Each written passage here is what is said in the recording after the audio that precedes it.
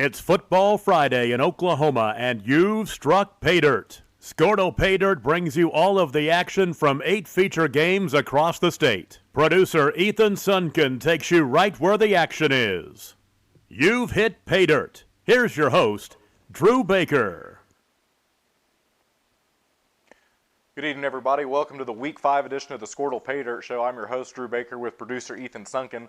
We've got 8 great games across the state to bring to you. Starting off with the game of the week, we have the ranked number 2 McAllister Buffaloes at the ranked 1 Dell City Eagles. This is also a district game, and both teams are undefeated in that Class 5A matchup. Going to our other game of the week, we have the Moore Lions versus the Enid Plainsmen in the District 6A District 1 game.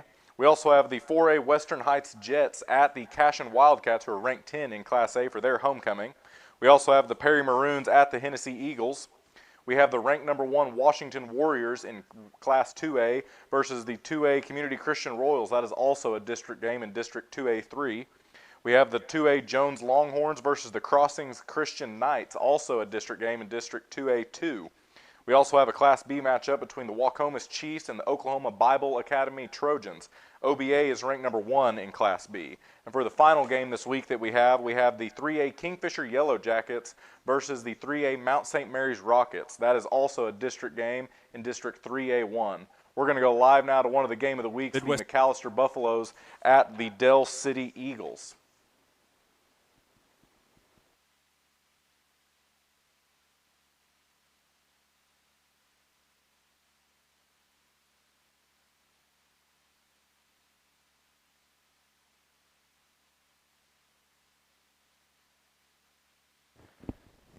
While we're getting that stream back for the game of the week, we're going to jump now to the 4A Western Heights Jets at the Class A Cashin Wildcats, who are ranked 10 in Class A.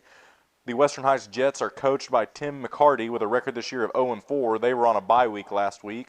The Cashin Wildcats are coached by head coach Lynn Shackelford with a record this year of 1-3, losing to Minko last week 8-27.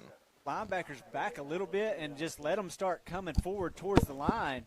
And, man, that time you had some linebackers filling in those gaps, and that's what it's going to take is getting in there, filling in the gaps, and, you know, making sure you get sure tackles. And that time, what did I say the key was? Fly to the football, gang tackles, and that's what you had right there. And it's what you're going to have against a big kid like that runs the ball.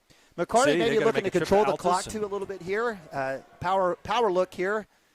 Tight ends, fullback, running back. He'll go ahead and hand it back off to Nestor. He's got a nice sizable hole. He's going to drag a few guys. He's going to get about 6 or 7 yards, and they'll bring up third down and very manageable here for the Jets. Yeah, I mean, they finally mark him all the way at the 48-yard line. Nice pitch and catch. We're having a little bit. Yeah, we got it back. Interception for the Buffaloes made by Lance Stone. So watching a little bit of film there of Nick Holmes, he's got some good wheels. He's just a freshman, but he runs the ball well. He made a great decision there instead of forcing. McAllister is wanting to try to attempt to be the more physical team. I don't know if you saw him, but I'm pretty sure they might have been doing the Oklahoma drill before the game started. It's a famous McAllister tradition. They call it the bull in the ring. Okay. Where there's one poor individual in the middle, and there's several people that line up or get called out of the ring to go hit the bull. I'm not sure that he's really a bull. I would say is more of a sacrificial lamb. McCarty again. That is good defense from the Eagles. He is stacked up right at the line of scrimmage, but you know, Adam, it's looked to me like he's been stacked up a couple of times, and it's still a 3-yard gain. Yeah, he's definitely pushing the pile. And I'll tell you what, one thing I noticed on that run is he actually had some space back towards the sideline there. So look for that, maybe a cutback lane for him on a future play.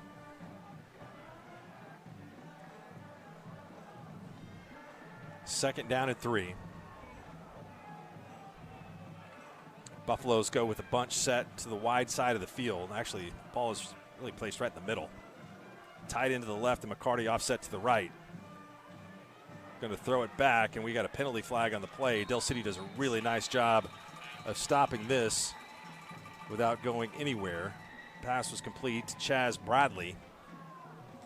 Bradley was listed in the McAllister roster as an athlete. He had no position, so see where he lines up the most.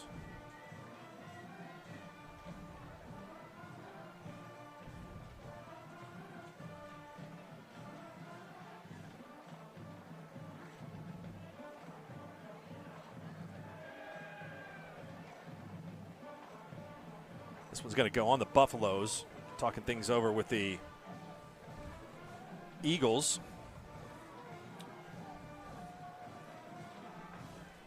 I'm going to guess illegal formation.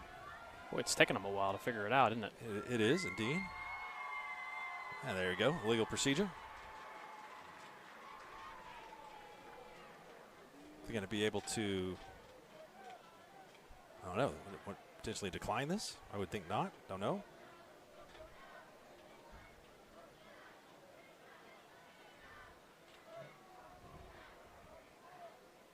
Decline? Yep. So 3rd down and 7 to go.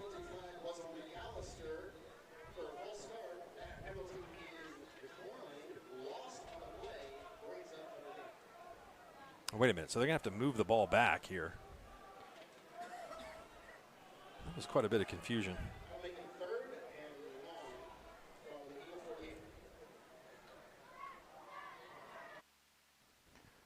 We're going to switch over now to the 3A matchup between the Kingfisher Yellow Jackets, coached by Jeff Myers, with a record this year of 2-2, losing last week to Perkins Tryon 3-14. In their district matchup in District 3A1 versus the Mount St. Mary's Rockets, coached by head coach Matt Truelove, with a record this year of 1-3, losing last week to Metro Christian 14-50. It's about the 12, I'll say. 15 on the play clock, plenty of time. One back set.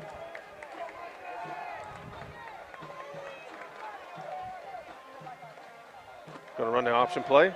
He'll keep it. Sternberger gets back to almost the original line scrimmage. Maybe a little past it. Yeah, he might be at the 2 there, so it'll be 2nd down and goal. Stop the Rockets, number 7, Keenan Estelle. We have 2nd down from the 2-yard line. 2nd from the 2. 2nd and goal. Same formation. Burnham way out wide. Barton gets it, has a big hole, and he scores. Dennis's Express Pharmacy touchdown. Dallin Barton.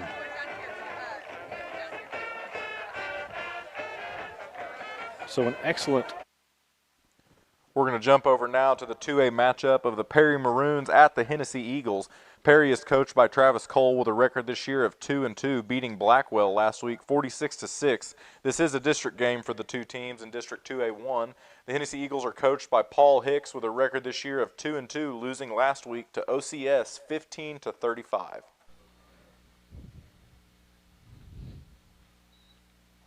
I mean, Zach Tillman hit the hole and then was able to bust it out, I think, for a 43-yard gain. And it'll be a 3rd and 8 after the incomplete screen. Trips to the top. It'll be another quarterback power to the right side this time. He will rumble his way forward for a few yards, maybe 2. It'll be a 4th down and 5 from what looks like to be the 11-yard line. This will be a big conversion for the Eagles. They want to get in the end zone. This is a game that the Eagles, they're looking for revenge. They've lost, I believe, at least 3 straight matchups to Perry. So they really want to win here. It's a rivalry game. It's their homecoming game. These seniors, they want to win. It's going to be a play-action boot. Ooh, good coverage by number 32, Treg Bowman. And the pass falls incomplete. Turnover on downs.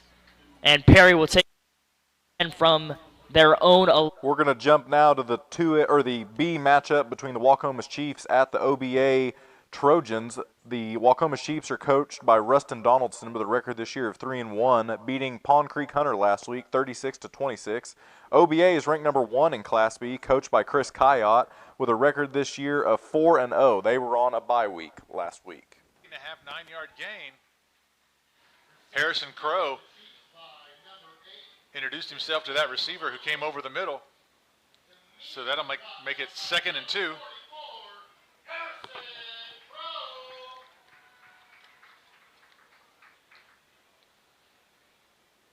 would have been really easy for this Wacomas team to be shocked by that quick strike from the Trojan offense to start the game, but nice coaching by the Wacomas coaching staff to keep the team in the game plan, and they're marching down the field here. The Trojan defense needs to find some solutions for this Eagle offense. Chiefs offense. Fakes the handoff, cuts it outside, nothing outside, cuts it back to the middle. He's going to have enough for the first down, it looks like.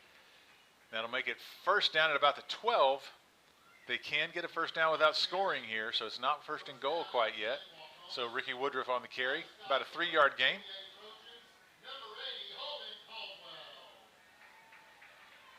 Holden Caldwell with the tackle on the interior of that Trojan defense.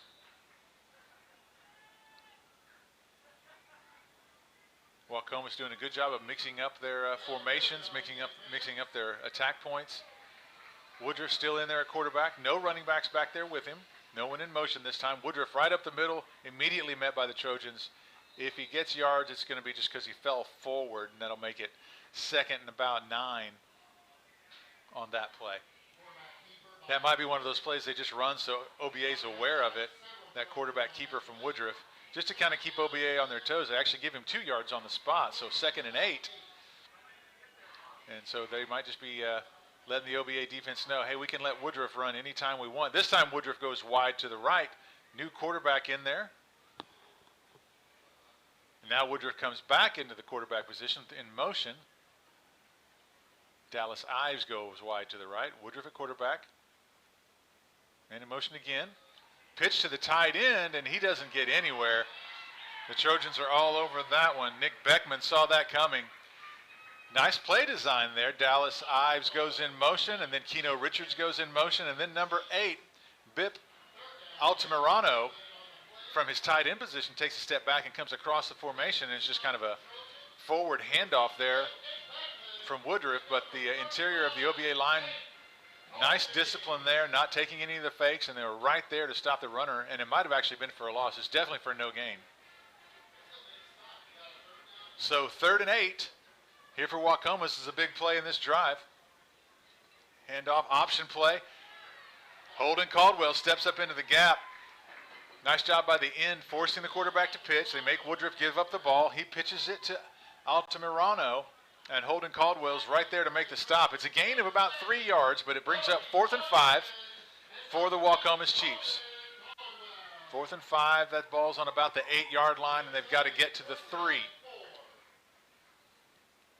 So Wacomas taking their time, 20 seconds on the game clock, and now they call a timeout on the field. The official signaled timeout. The official did the signal that it was his own timeout. He didn't point to Wacomas or OBA, so I'm not sure what's going on down there. I would assume Wacomas called the timeout, but the official never really signaled. He did. We're going to jump now to the District 2A2 matchup between the Jones Longhorns, coached by Kevin Witt, with a record this year of 1-3, beating Star Spencer last week, 69-6. They are playing the Crossings Christian Knights, coached by Jonathan Keithley, with a record this year of 3-1, losing to Luther last week, 0-27. Wide receiver on that one.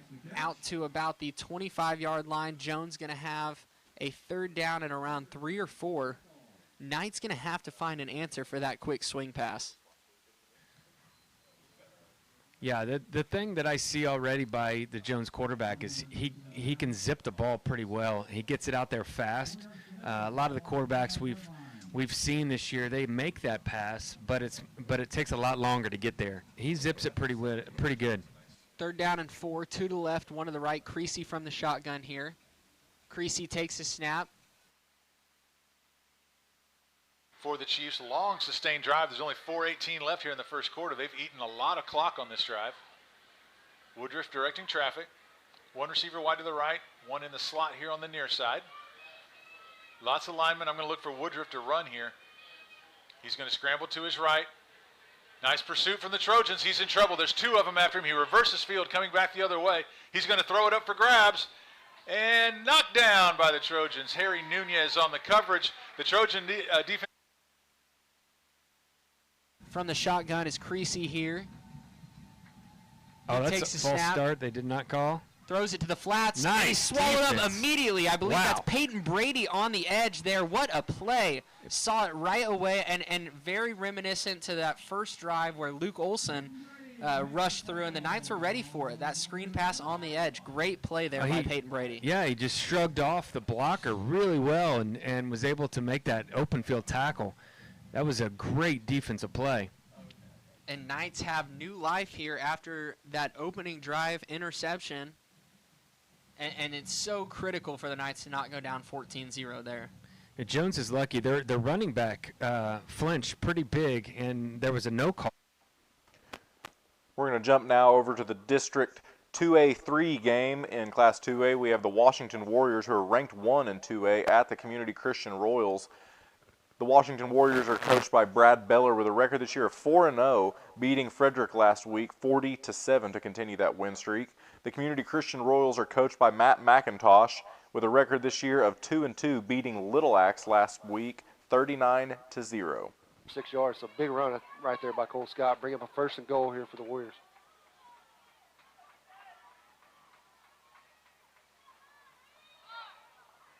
Snap goes to Hendricks, and he tries to run through there. This time, number 25, Grayson McGuire, does not miss the tackle. That's who Scott was able to run over last time. We do have a penalty. It is holding. Back the Warriors up 10 yards. That's definitely not what you want on 1st and goal to start out. Especially from the 10. Yeah, going to put you way behind the sticks here.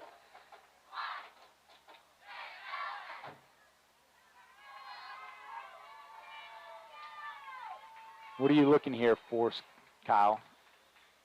I think you're going to go right back, either maybe Cole Scott off the tackle, or maybe even, try to roll Jacks out, get a little pop pass, try to pick up a few yards right here. We'll see what Coach Beller taking a little bit to get the play call in. Hendricks still has 10 seconds on the play clock.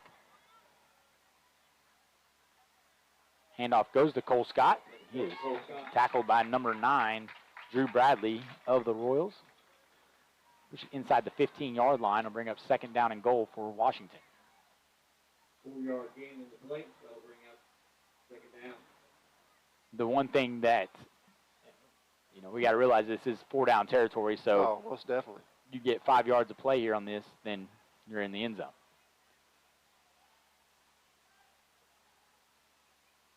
Hendricks rolls to the left, looking left, and there's by Job. The Michigan State commit is able to get off his block, and yeah, it looked like he just beat his man and got him a armful of jacks. The left tackle missed. Yeah, and then, Cole Scott was trying to help him. Yeah, it was a one-on-one with a back then. Yeah, that's not a guy you want to whiff with a block, especially on a pass play. 3rd down and long as Hendricks attempts to draw the Royals off sides. 5 seconds on the play clock as he's getting the orders to his teammates. Takes the snap. Gonna look deep. Got plenty of time. Makes a guy miss. Now he's going to try to run it down to about the 20-yard line. Now we got an interesting decision. See, Stewart, I don't know if you saw that. I don't know if they're going to get a hold here or a block in the back by Brucey. It depends on how they want to call it, because he grabbed him in the back and threw him down. Regardless, you got to think the Royals would decline this penalty, being 4th down and 20. Oh, they're going to take it. Well, never trust a team that calls a timeout on the first play of the game. Or onside it. Yeah, give us an extra down. We get back in field goal position here. Yeah, maybe even get a penalty on a pass interference. It's 3rd down and goal from the 44-yard line. Don't say those words very often.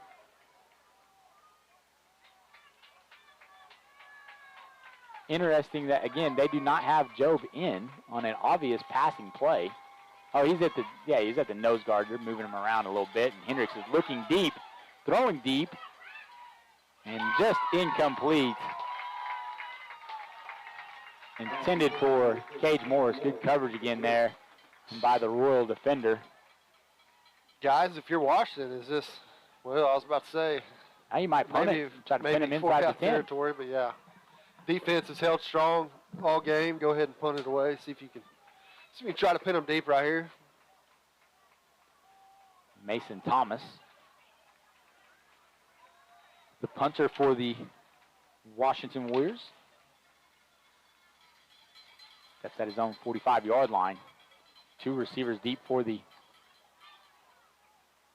Royals. And nice tackle by Cole Beller inside the 15-yard line. And Warrior defense get their chance to come after the Royal offense inside the own 20. Good job by the special teams unit to pin them inside the 20. You got to like Cole there. Give him a little hang time on the ball and come in. Cole's one of them guys not afraid to go lay that head down and put a head on somebody. And you saw it right there. I almost thought he was going to fair catch that ball. And I did too. Ended up catching it. And Cole was right there to make a stop. 1st and 10 with 6 minutes and 10 seconds to go in the first quarter as Darden takes the handoff. Now he's running the RPO. Number 2 for the Royals, Zach Darden, making the pass. Guys, Tanner Olson did a good job right there getting off a block. Pretty much ran him into his own guy. He was trying to get the edge outside of him. Olson was out there tangled up on a block and ended up just pushing him back. Yeah, Jasper Kane on the reception runs into his own player like Kyle mentioned. It's going to be a gain of about 5, bring up 2nd and 5. Darden takes the snap, hands it off, and there's Nathan Spaulding in the backfield again as he throws down the running back for the Royals. That's what we have. We have 7 tackles for a loss last week. He's going to fill up the stat sheet tonight, I'll promise you that. Might want to block him. The Royals get the play from the sideline. Warriors lead 7-0 in the first quarter. There's going to be a false start by the running back.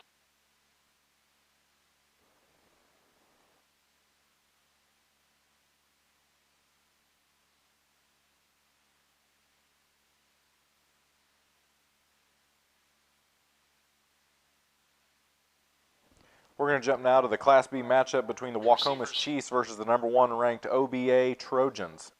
Defenders covering those two receivers.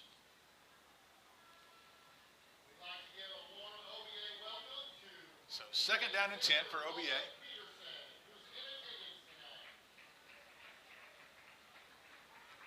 Boyson in the shotgun formation for the first time tonight. Receivers wide to the right and left. Nunez and Cheatham. Boyson rolls to his right, still rolling, buying time, looks for Nunez in the end zone. He comes back to the ball. Touchdown, Trojans! All the way. Great throw from Bodie Boyson. Harry Nunez goes deep into the end zone, slams on the brakes, runs back towards the front pylon. Bodie Boyson puts that ball right on the front pylon where only Harry can catch it. It's going to be a Nunez touchdown or an incompletion. Those are the only 2 options. Nunez gathers it in, touchdown OBA, making it 14-0.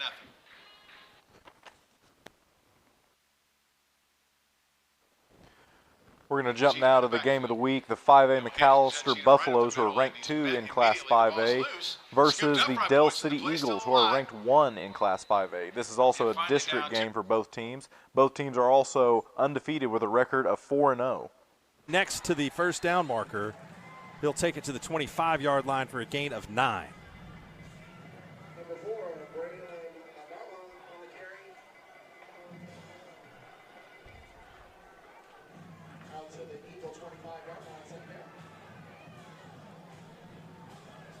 Second down and 1. Can really go into the bag of tricks here. A lot of people believe the philosophy is just, hey, keep picking up first downs. It gives you at least 3 more attempts before I have to think about a punt. Here goes Godwin around the right side. He's at the 35-yard line before he goes out of bounds. Very difficult to tackle.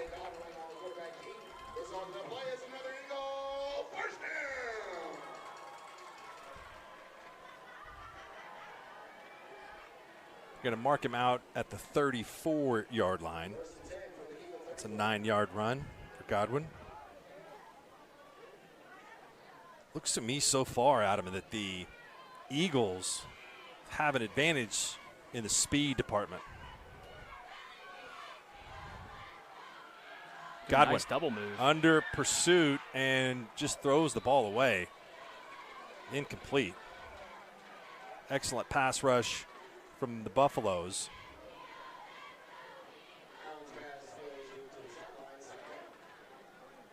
I believe that was, looks like Malachi Rice perhaps on the rush.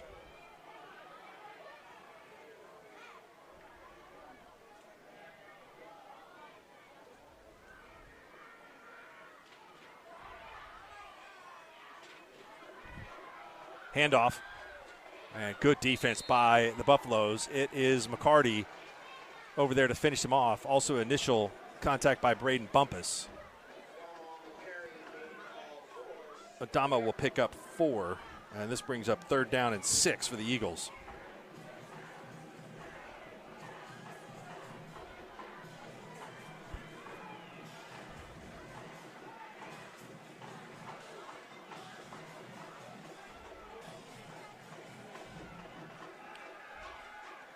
Godwin facing only a 3-man rush. The Buffaloes dropping everyone back. This can be a dangerous proposition against a guy that can run like this. But great tackle in the open field at the 39-yard line to thwart what would be another potential scamper and long run for the Eagles. Huge tackle there. Just barely tripped him up just enough to get him on the ground.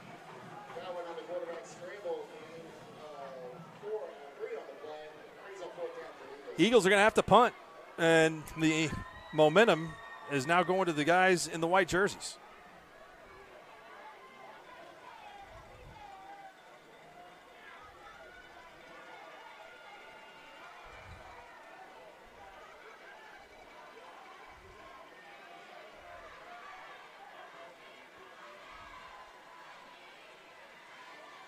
Oh, blocked. It was. I don't. Can we call that blocked? It was just basically scolded, is what it was. It looked like maybe a 3-iron that I would hit. It was just off the ground. And it was McCarty who got through there.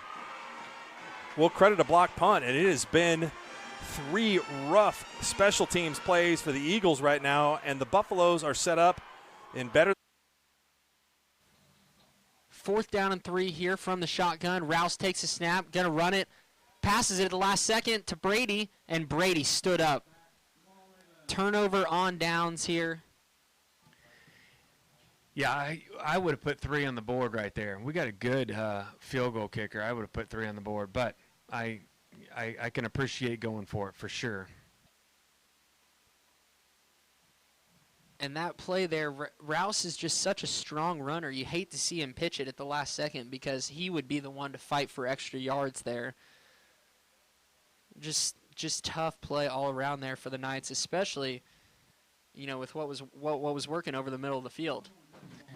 Going back to the pass that he threw to the sideline, I love that play rolling out to his left. He could tell he throws the ball much better going to his left. From the shotgun here, throws to the sideline and is tipped. Nice tip. Incomplete. And again, like I said, this Knights secondary is really a strong suit of the defense tonight. You've seen Luke Olson and Peyton Brady make big tackles in the backfield. Another tipped pass. Yeah, even the touchdown pass, Peyton Brady was in position to make that play, and I think he just tripped up as he turned his body to find the ball, but he was in position. 2nd down and 10 here.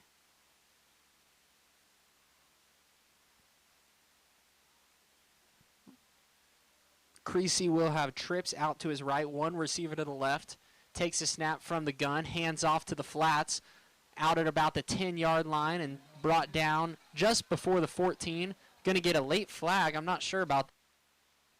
Push his way forward for a Warrior 1st down. That's why I'm not a coach. Warrior ground game, again doing.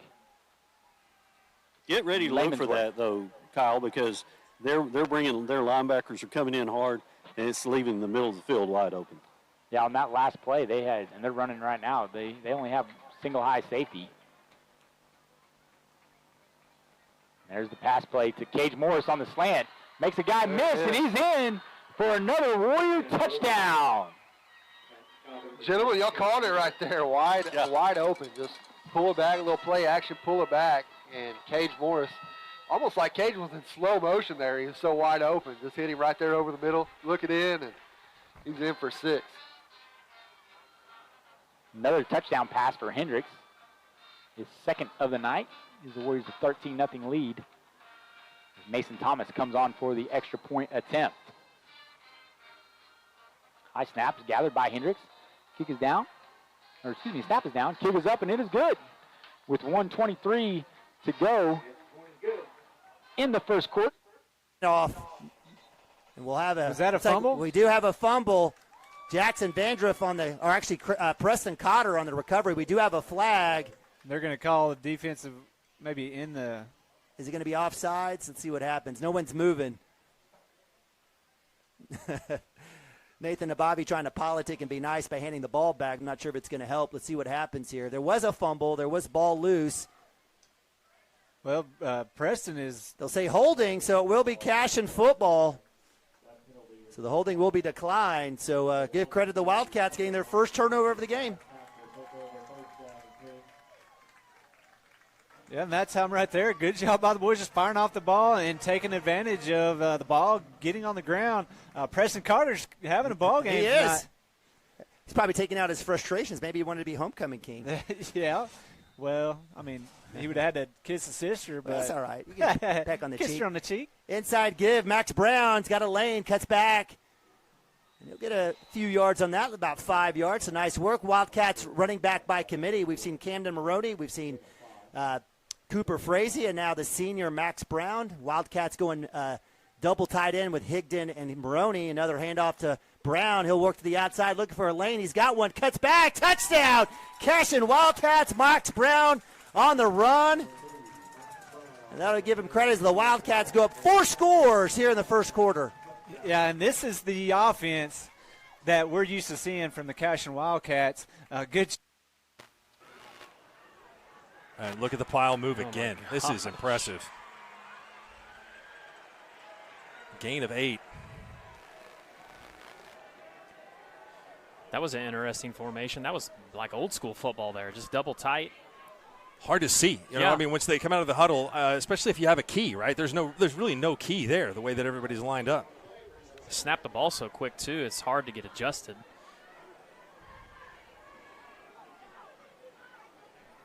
Forrest Mazey, the head coach at McAllister, has certainly done a great job everywhere he's been. He's got a career record of 70-20. Took Poto to the state semifinals and took McAllister to the state finals a year ago.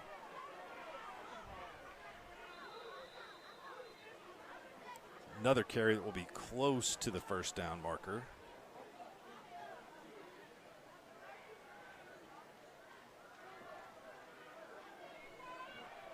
Boy, this clock is moving, too. That's going to be probably the last play of the quarter. I believe that was Baugh on the carry for the 2-yard gain and first down.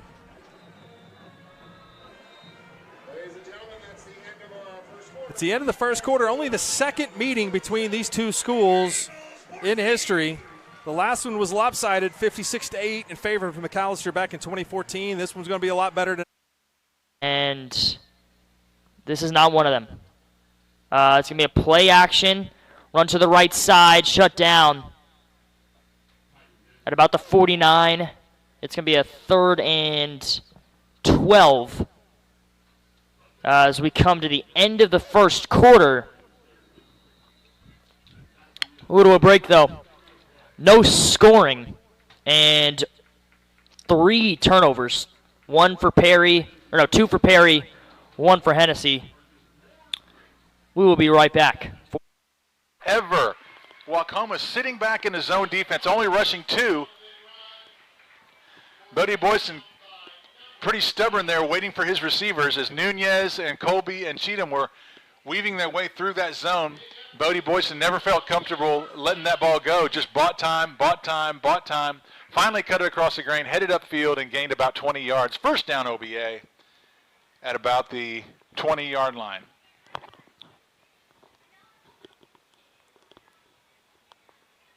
Cheatham in motion again. This time Boyson hands it. Nice move in the backfield. And really, that was a great run to make that a positive yardage play because the Wacomas defense finally adjusting to that play where Cheatham comes in motion. Boyston catches the snap and just pitches it to Judd as he cuts across the formation. Judd had to plant his feet and cut almost before he had the ball there because the defensive tackle was in the backfield. And so to get any kind of positive yards on that play is a really nice play from Judd Cheatham, making it 2nd and 8 for OBA in the red zone. The ball sits at about the 16-yard line now. Tight formation for OBA. Ian Easton in the backfield. Cheatham comes in motion. Bodie Boyston is going to keep this one. Nice block from Easton. Nice block downfield from Caldwell. Boyston pulls his way to the end zone. Touchdown, Trojans. Great blocking from the Trojans on that one. Ian Easton in the slot. Kicks the blocker out. Then Holden Caldwell pulls from the guard position and is at the second level before Boyston gets into the defensive backfield. Holden Caldwell is there putting a hat on a defender, and then Bodie Boyston strolls to the end zone. There is some contact at the goal line, and Bodie just pushes him backwards. Touchdown OBA, making the score 20-0, 7:58 to go in the first quarter as the Trojans go for 2. Cheatham in motion. Boyston hands off to Cheatham. He gets around the left end. He's going to stroll into the end zone. 2-point conversion is good. OBA Trojans. Your score now, OBA 22, Wacomas 0. 7:53 to go here in the second quarter. We'll take a quick break. Be right back here on OBATrojans.tv. Family with Pioneer Smart Wi-Fi. Internet security is becoming more of a fear every day. Really, that's all you can do because Tyke had him beat. Yep. And the throw was there.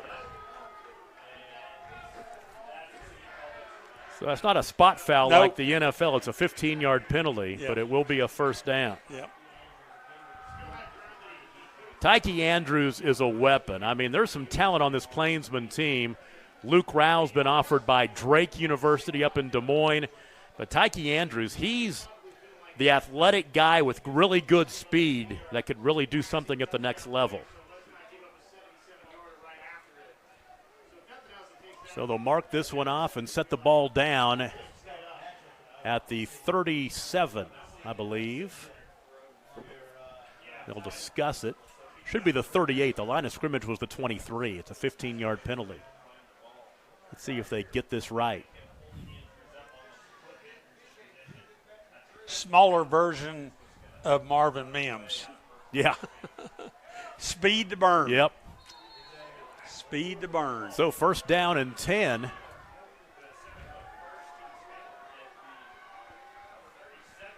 Percival, little counter give, and there's Rao again. Rao down the near sideline, chased out of bounds by Corey Dean, or he might have been gone again. Yep, he would have been gone. Out of bounds at the 40-yard line. A gain of 22. Yeah, number 75, Russell, and number 58, Hearn, did a great job on that left side, opening up that hole for Rao. Clock is stopped, 47 seconds to play in the first quarter. This has been a fun homecoming night in Enid already. They had all the ceremony before the ball game, and now the game has lived up to the hype so far. Rao again, left side, 35, down to the 30, down to the 29. He'll pick up 11 more. Yeah. Another great job that time by the left side, just pushing that defensive line toward the middle of the field, and nobody's hitting him until he gets about 7 or 8 yards. 147 yards rushing already for Luke Rao. First down and 10 at the 29-yard line, 30 seconds remaining in the first quarter. Not bad for a quarter. Not bad at all. He's on his way to 600 at this rate. This time it's Condor with the carry. Good job keeping his feet. Brady Condor, a senior, 5'11", 185. Yeah, you kind of run into a wall there, but he kind of kept churning and found some extra yardage there after contact. That'll be the quarter. Gain of 7 for Brady Condor. He had 52 yards rushing coming into the game, and we are done with the first quarter. 12 minutes in the books. Enid leaves 21-14. We'll take a break. Second quarter coming up. What can we expect? A lot more of the same? I'll be honest with you, I hope so, because this has been fun. You're watching Lampkin. Not fooled by that formation again. Welcome to the ball game, son. Be against the defense, so they'll move this half the distance to the goal from the 3 to the 1.5. And it looks like McAllister will go for it.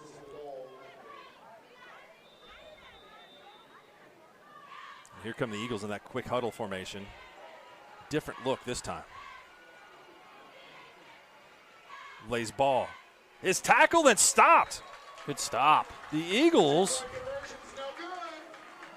get penetration and hit ball in the backfield and a couple of big licks taken by, well, is that McCarty?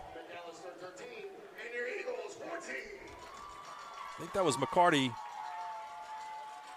Hard to tell. Is that 7 or 1? It was McCarty. It was McCarty. Okay, McCarty stopped. And a good effort from the defense. And so 14-13, the score. We'll take a break. We'll come back with the kickoff. Eagles get it back here up 1. Ready to get back at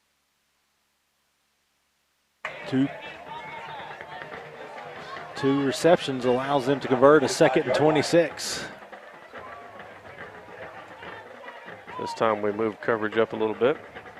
Ball's at the 45. Take away the inside leverage.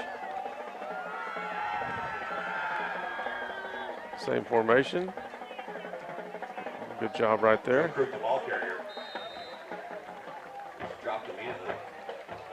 That's number 14, Daniel Guerrero. Guerrero, defensive end? Yes, 14, Daniel Guerrero. And 10 for the Rockets. Defensive end on this side, stayed home, made the play. It's in for Evans. 2nd and 10.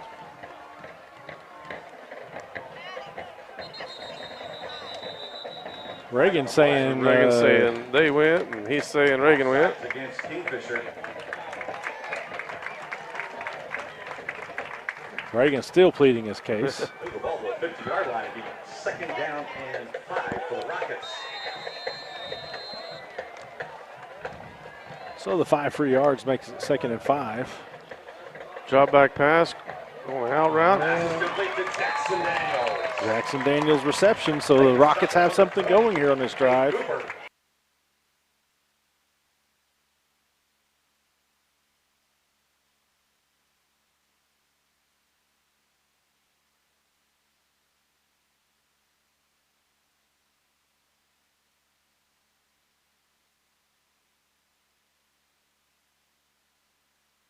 And 15. 8:20 to go in the quarter.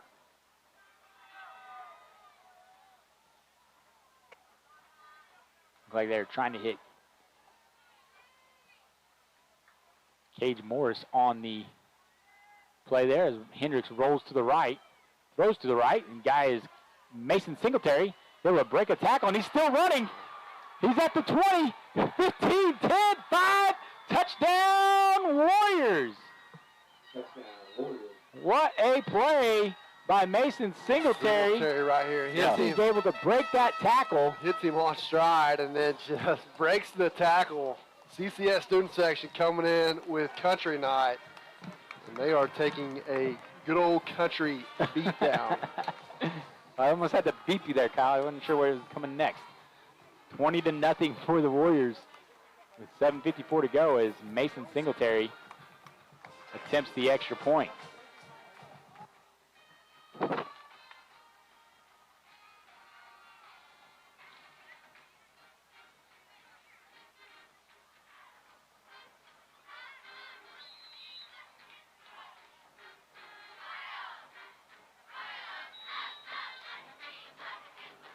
The kick is up, and it is no good. We had a little bit of camera issues there, but we'll go ahead and take another look at that touchdown. We get the tail end of Mason Singletary breaking the tackle on the sideline as he goes in for a long touchdown score. On the handoff. And a gain of 1 will bring up 4th down and 2.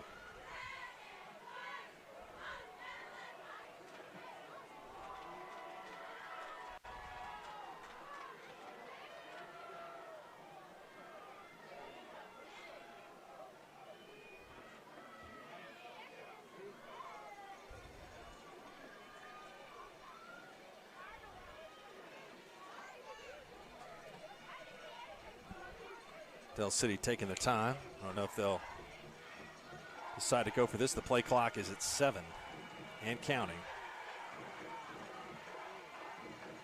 They're going to call Godwin's number. Ooh, oh, he goodness. gets just drilled. Just drilled. What a hit. That's number 9. Big hit from the Buffaloes. Owen Russell, the linebacker, and he hit Godwin square on. Goodness gracious.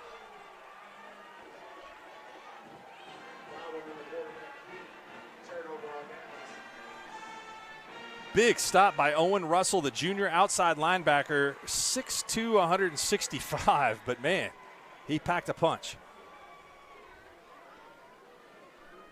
McAllister, the momentum has obviously shifted back to the Buffaloes now, as Del City had all the momentum early in this game, and the big long run by McAllister, obviously the fourth down pass play, and now McAllister has it back after a stop and looking to get some more points put on the board before halftime. A couple of 3 and outs.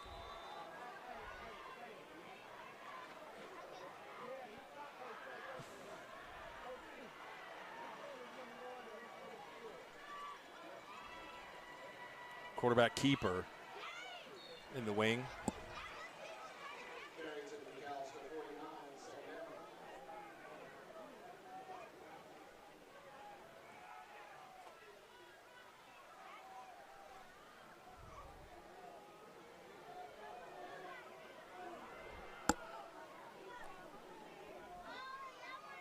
Ball on the carry for 4.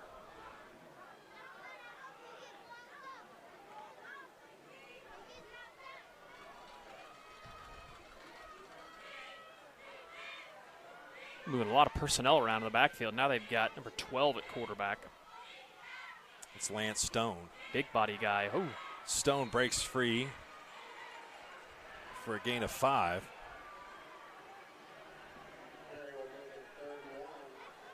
We've seen both of these teams rise up for some big defensive stops. Del City got one in the last series, and the Buffs here on their last series for a turnover and downs.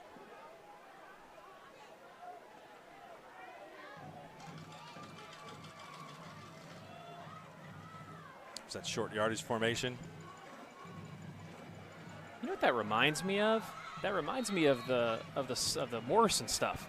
Remember Morrison ran the kind of over formation where they'd run a lot of sweep and swab and trap out of it. It's that kind of that old school formation, and that's what they're running there. It's just a QB sweep is what they're doing. Tight splits, everybody gets down really low. It's hard to see, and he just follows in behind all the lead blockers. That was McCarty on the carry to get it to the 43-yard line. I've been really impressed with how both of these teams play, the coaching, the preparation, different formations from both teams. Like, there's your guy. Yeah. There's Baugh, Blaze Baugh from the 43-yard line, now deep into Del City territory.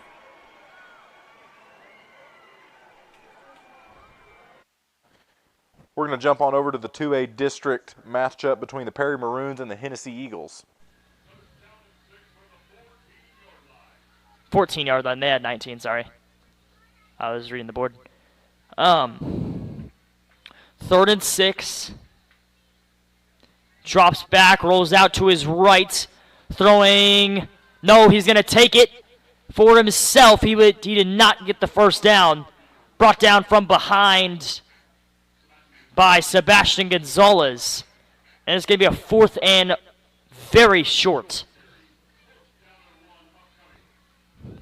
4th and 1, 4th and inches. Football is a game of inches. Let's see if they can get it here from the 9-yard line.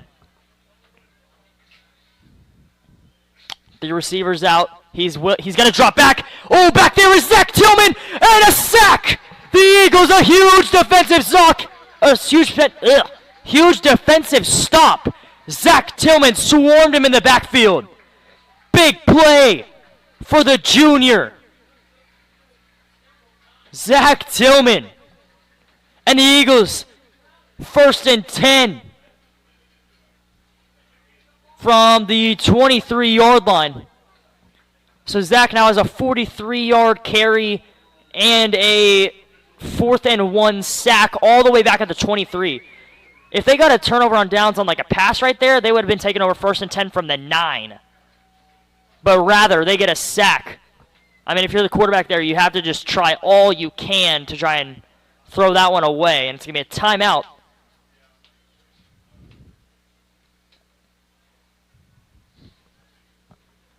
The final timeout for the Eagles. The Eagles right now defensively playing a big game, a game of big plays. We're going to jump over to the other Skordle game of the week. The Moore Lions, coached by Greg Bryant, with a record this year of 3-1 in their district matchup between the Enid Plainsmen, coached by Rashawn Woods, with a record this year of 2-2. 50 yards rushing now. He's got 11 carries for 151. Plainsman team will, well, next week, you know who comes to town? Bixby. Oh, talk about a measuring stick game next week. You talk about one of the best high school football Ever. teams in the United States, Yeah. not just Oklahoma. Yeah. So the Bixby Spartans are coming in here next week. And they'll be red, white, and blue also. Yeah. Get it in the hands of Tyke Andrews, tries to turn the corner. Nice tackle made out there in space. Yeah, number 8 blew that one up. Yeah, nice defensive play. Cam Hayes out there on an island. Yeah, Hayden Stoll, he shot in there and kind of forced him to where he didn't want to go, and lots of help coming that time. So now 3rd down and 8.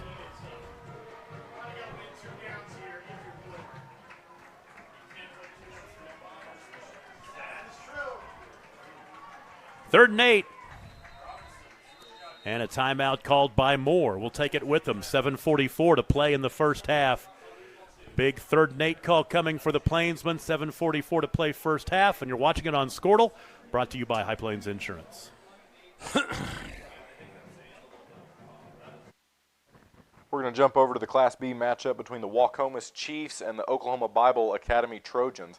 OBA is ranked number 1 in Class B with a record this year of 4-0. Still in there at quarterback. Woodruff in the slot now. They're moving Ricky Woodruff around a lot. They fake the handoff. Ives keeps it. Dancing around looking for a hole. He bounces it out to the outside. Drug out of bounds by the Trojans. Looks like, I think that's Corbin Burrell who drug him out of bounds there.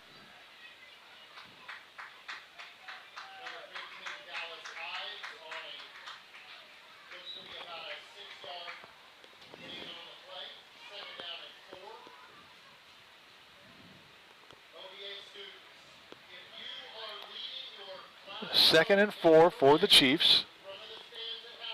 Ives still at quarterback, Woodruff in the backfield. So a different look here from the Chiefs on this drive. Hands off to Woodruff, spins off a tackle. Still a lot of Trojans there, makes a nice move. Dives forward for a couple of yards. That'll make it 3rd and 1.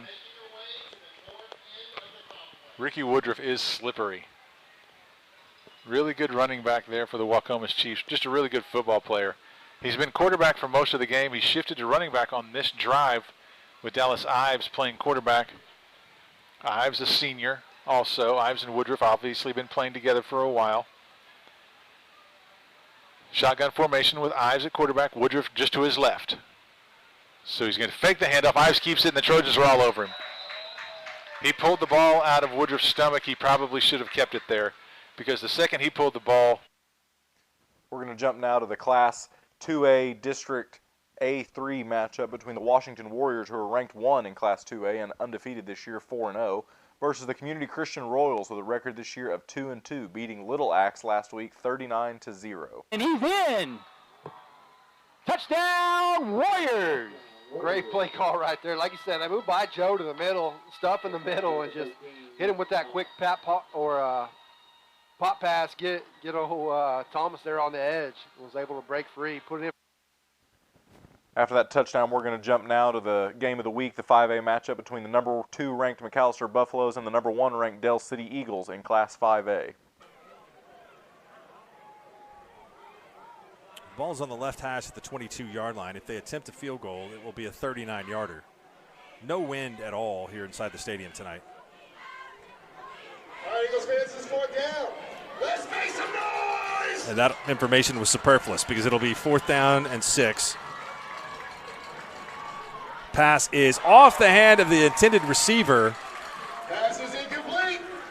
Lesnow, the quarterback, fired that right at Chaz Bradley, and it was well covered and off his hands. And so the Eagles dodge a bullet here, even though McAllister has really had things going their way through most of the second quarter, and Del City will take over on the 23-yard line. Now here's a game we talked about, Perkins and Metro, 14-14, knotted up in the first. That's a good game there. Had a chance to visit with Bill Hayson of the Tulsa World this week in the... We're going to jump now to the 2-2 Kingfisher Yellow Jackets in their district matchup between the 1-3 Mount St. Mary Rockets. Get some points before then. Diamond formation. Lead at 23-7. Fake the Roll handoff. out. Hit the back of the backfield. That'd be Karcher. Archer's easily got the first down. Some speed. Look there out. might be a holding right there, but didn't get a call. He's still on his feet. Makes a great move. He's in the end zone. Ethan Karcher. Dennis's Express Pharmacy touchdown, 69 yards. Karcher was the lead back in the diamond formation and just turned on the Jets when he got the ball. Got the ball at the line of scrimmage. We're going to jump down now to our see the Class B Kingfisher matchup between the celebrating. #1 Thanks ranked to our OVA Ravenna Trojans sideline versus the Waukomis Chiefs. Gain. He's wrapped up there at the line of scrimmage. He just keeps the legs churning. Spins out of the grip of the defender and turns it into a big gain for the Trojans. Nice job, number 10, Judd Cheatham. Boots it through. Good. Trojan offense in a great It's situation now. 30. 3:20 to go in the St. half. Mary's 7 Clock is will be back running after that long running play. First down and 10 at the 19-yard line. You can learn a lot from the people who power America. All you need to do is listen. So I came to Oklahoma to see where the energy I need, the energy we all need, comes from. I met with the folks who produce it immediately looks out every to day. Nunez. Nunez makes Frankly, the catch, they makes a help me man miss. rethink He's a headed few things. upfield. As it's going to be a first down. It's going to be first and goal for the Trojans. If you want to learn more nice about job, how Harry oil and Nunez natural just gas catches makes the little modern life go, meet me over at pass to the flats. Makes one guy miss, oerb.com/micro. and it's a big gain for the Trojans. So nice play from Harry Nunez. Ian Burnett trotting off the field, doing a good job there. Touchdown by Ethan Spelling some Karcher. offensive He linemen. The catches Trojans doing a good job of working some pass subs from in, giving Sternberger, some of hits those the guys that are out sideline, there a turns lot. on the Jets. Quick breaks. Ian Burnett was in there had throwing an some angle good on him, blocks then on he that didn't. play for the Karcher Trojans. made a great move. Boyson under center. Takes it to the house. 69 Like Harry yards, Nunez on the near Dennis's side. Express Judd Pharmacy Cheatham in the touchdown. slot on the far side. Cheatham in motion. It's going to be a handoff to Judd Cheatham again, trying to get around the near end. He Somebody does. beautiful field Touchdown, here. Judd Nothing. Cheatham. We'll be on our home field next OBA week. on the board again. 2:33 to go in the half. The Trojans score again. Judd Cheatham. That play has been the Trojan. Going to jump now to our other Skordle game of the week, the Moore Lions, coached by Make Greg first kickoff. Bryant. Low Record line this year, drive. 3-1, losing Fielded to at Westmore about the last 30. week, 17-27 in their district matchup between the Enid Plainsmen, who last week lost to Jinx, 28-55. It was almost picked by Devin Gaines. Moore is lucky to keep the possession. That would have been 90 to the house. Yep, you're right about that as well. So second down and 10.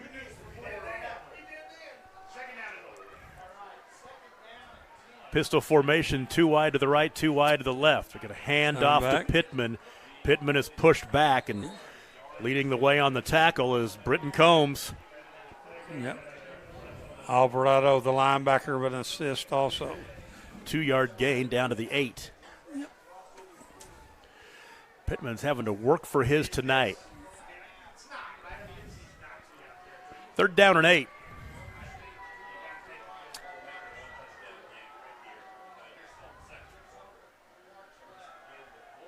Wolf has time looking left, still looking, throws it across the middle, and it is caught at the 1 as C.J. Simon came back to make that catch. So now it's 4th down and goal at the 1. It's a 7-yard hookup. Third catch for Simon. 4th and goal at the 1. Big play. Quarterback sneak into the end zone, touchdown for Wolf.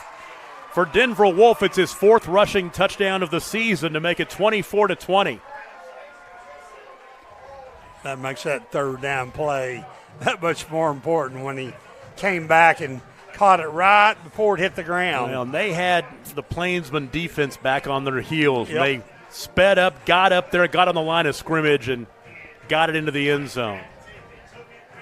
Liam Evans. Extra point attempt. God, look at OBA. They're up big on Wacomas.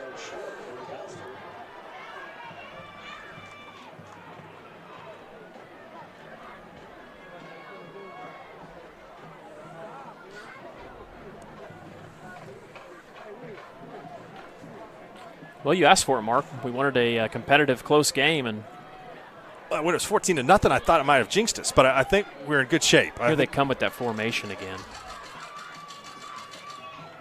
And Del City's doing a great job defending it. They are. We're going to jump now to the 2A District 3 matchup between the number 1 ranked Washington Warriors with a record this year of 4-0 versus the Community Christian Royals with a record this year of 2-2, beating Little Axe last week 39-0. Maybe try to get a pick six here a little bit. Warriors showing pressure, bringing pressure. Slant route, knocked away at the last second there. Is that Marlin? Knocked that pass away? Yep. Tag hold. 3 drops on the evening now. That time broken up by Marlon Moore. Bring up 2nd down and 10.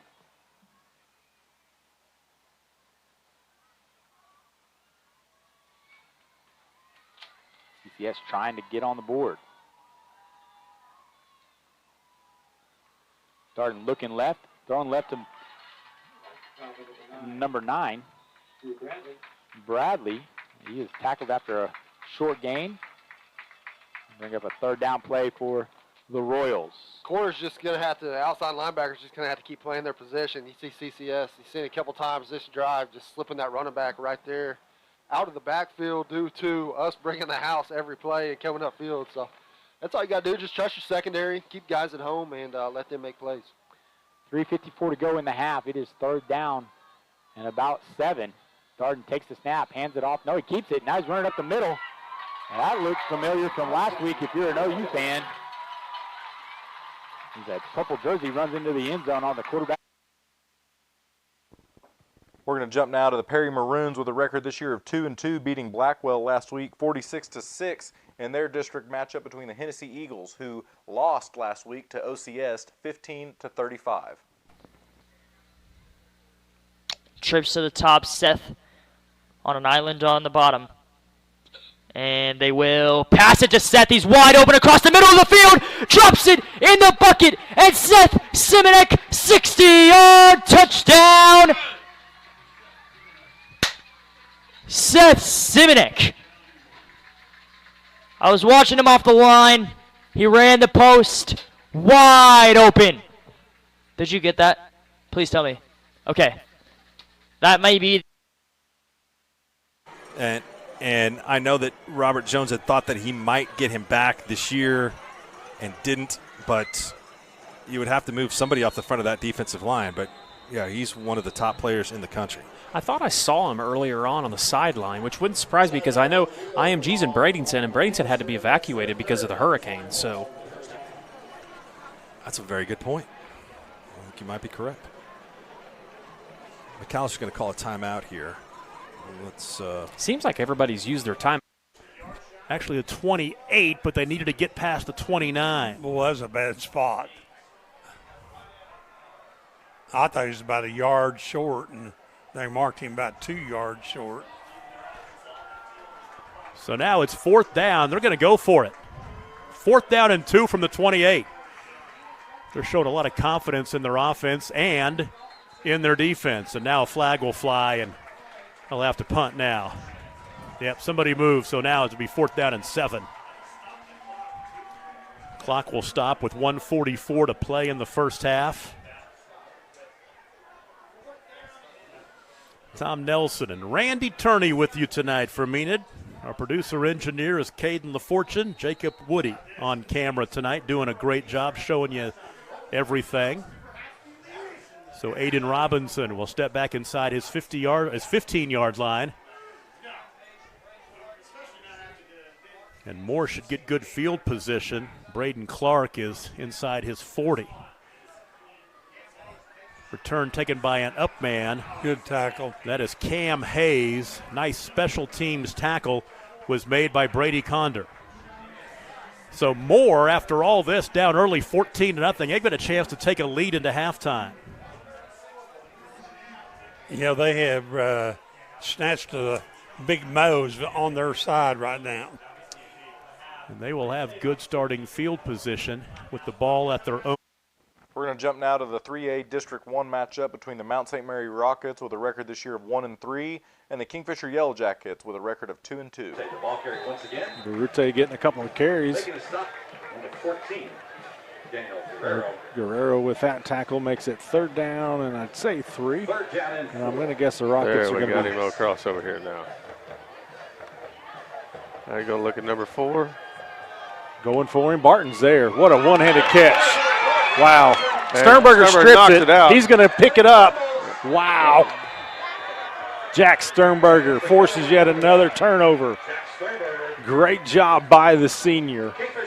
Runs down John Allison, who made a fantastic grab. One-handed. He was covered completely up by Dallin Barton. Made a fantastic catch. But Jackson not so fast. Runs him down. Knocks it away. Then recovers it. It's another Pioneer Internet defensive stand for Kingfisher. What a turn there. That was almost certainly 6 points for the Rockets. Instead, it's Kingfisher ball. 1:17 to go in the half. Jackets have it at their own 5. Trips to the R side. This time Sternberger's just going to run it. Ball carrier. They're going to get us a holding penalty. I'm just going to go out on a limb and say it's a. And I'm going to guess with McCarty in the middle of the field, they probably have a lot of confidence and flexibility of what they're trying to get accomplished in the secondary with the kind of player that he is. 57 seconds to go. That's the final timeout of the half. We will take it with you. 3rd down and 13 coming up for the Eagles. Imagine a school with more than 26,000 enrollments per year. Guess what? It's hard to cut 0 in half. First down. Mark from the spot of the foul, so it'll be first down. They say run that clock. Get that clock running. Quit throwing the flags and let's get out here for half. 1st and 7. Bunch set to the right. I believe that's Karcher in the backfield. Hitting the backfield. Still going, though. Still going. Won't go down. Karcher still with not a going solid down. Run. Seems like he's always able to get some positive yards, and it makes it 2nd and short. 2nd down and a long. Karcher was hitting the backfield there. When it takes you 12 seconds to tackle him, that's always a pretty good deal. Jackets only need to run one more play. As we have 22 on the game clock. Play clock is about. Right there, but not before a gain of over 20 on an absolute missile. And McCarty was there on coverage, too. It's just a well-thrown ball, like you said, Mark. Godwin's going to spike it at the 34-yard line. 34 seconds to go at the 34-yard line. Godwin spikes the ball to stop the clock. 2nd down for the Eagles. Big night at Wheeler Houston Field. Homecoming festivities going on for the Maroons. How they doing? Not so well. 28-zip in favor of the Saints from OCS. Reunion years of classes ended 2 and 7. Godwin.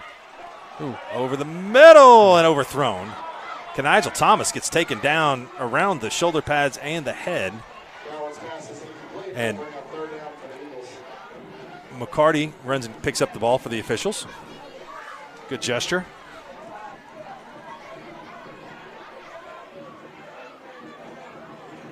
He looks tired. He very well could be. He's been out there quite a bit.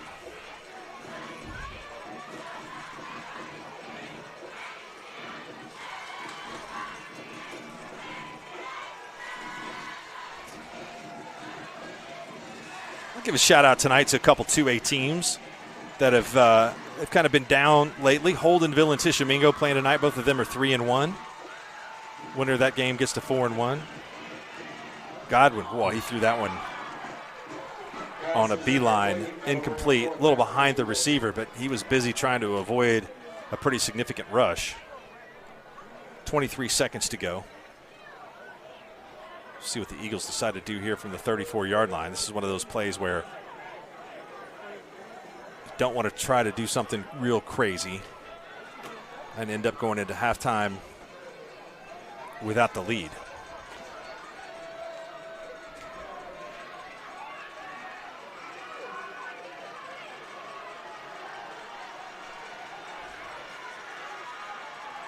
Fourth and 10. Godwin bobbles it. 3-man rush. Finds his man. Nice. What a play. And Get out the of bounds. Eagles will try to get out of bounds. They have no time. They're going to have to hurry up to get on the ball here. Chain gang is not moving at all. No, they're not. The clock is stopped, and this is a break for the Eagles. The clock should have continued to run, and the clock did not run. It was stopped, and the ball is put at the 10-yard line. We'll see if they have a little runoff here. I'm not sure, but what a pass, man, against an 8-man drop coverage. Well, and you wonder why the receiver didn't – they're going to try to kick a field goal, but you wonder why the receiver didn't run out of bounds there. You'd think you'd want to try to at least run one play, right? Yes. And then kick the field goal? But I think if they feel pretty good about this. If there's if you get points here, there's something to be said for that. There could be things go wrong if you're trying to get back there. That kick looks good. Ooh, nope, he missed it. Dr. Bilardo, ALCOK.com. I like the Arkansas kicker. He just doinked the side of the upright. I thought that was going right through the upright. I did too. I think based on everything, the way that it's gone, both of these teams probably pretty happy to be where they are at the end of the first half. Del City did have a 14-0 advantage, but really they lost that momentum, and it's been a slugfest here in the second quarter. Yeah, just McAllister's clawed their way back into this one, but I've been really impressed with like you talked about, the way the defenses have gotten stops and made big plays, and this second half is going to be a lot of fun. This is absolutely the definition of a prevent defense here for Del City. This is a 3-1-7 formation, and the Buffaloes take a knee. We'll go to half with them right now, and I wouldn't miss the second half of this one for the world. 14-13. 53. All right. As a poor call, I believe. After looking at it on the film, that defender has already passed the running back. And looks like the Warriors going to take another timeout. There's 1 minute to go. We'll take one with them. You're watching Warrior Football on WashingtonWarriors.tv. B&H Construction is a proud Warrior partner. They are the leading directional drilling contractor with major operational hubs all over Oklahoma and in Texas. Their involvement in and support of our community goes far beyond utility construction. They're also a good neighbor and friend. When experience and safety count, your best source for directional drilling is B&H Construction. Go Warriors!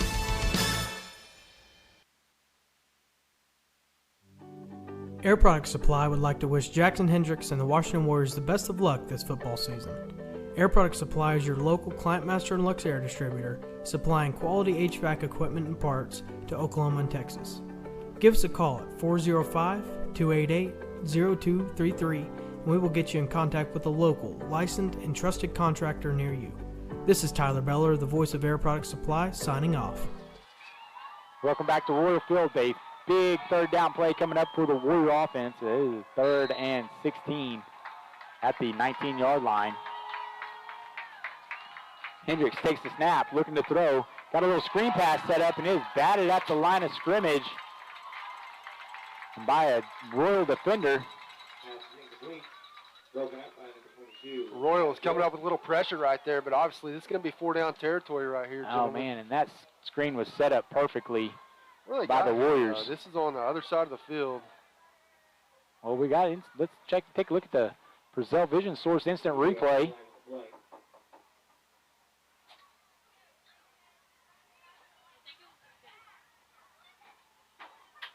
I'm not sure, unless they're going to call Roberts there, but they have the interesting penalty is thrown from this line judge.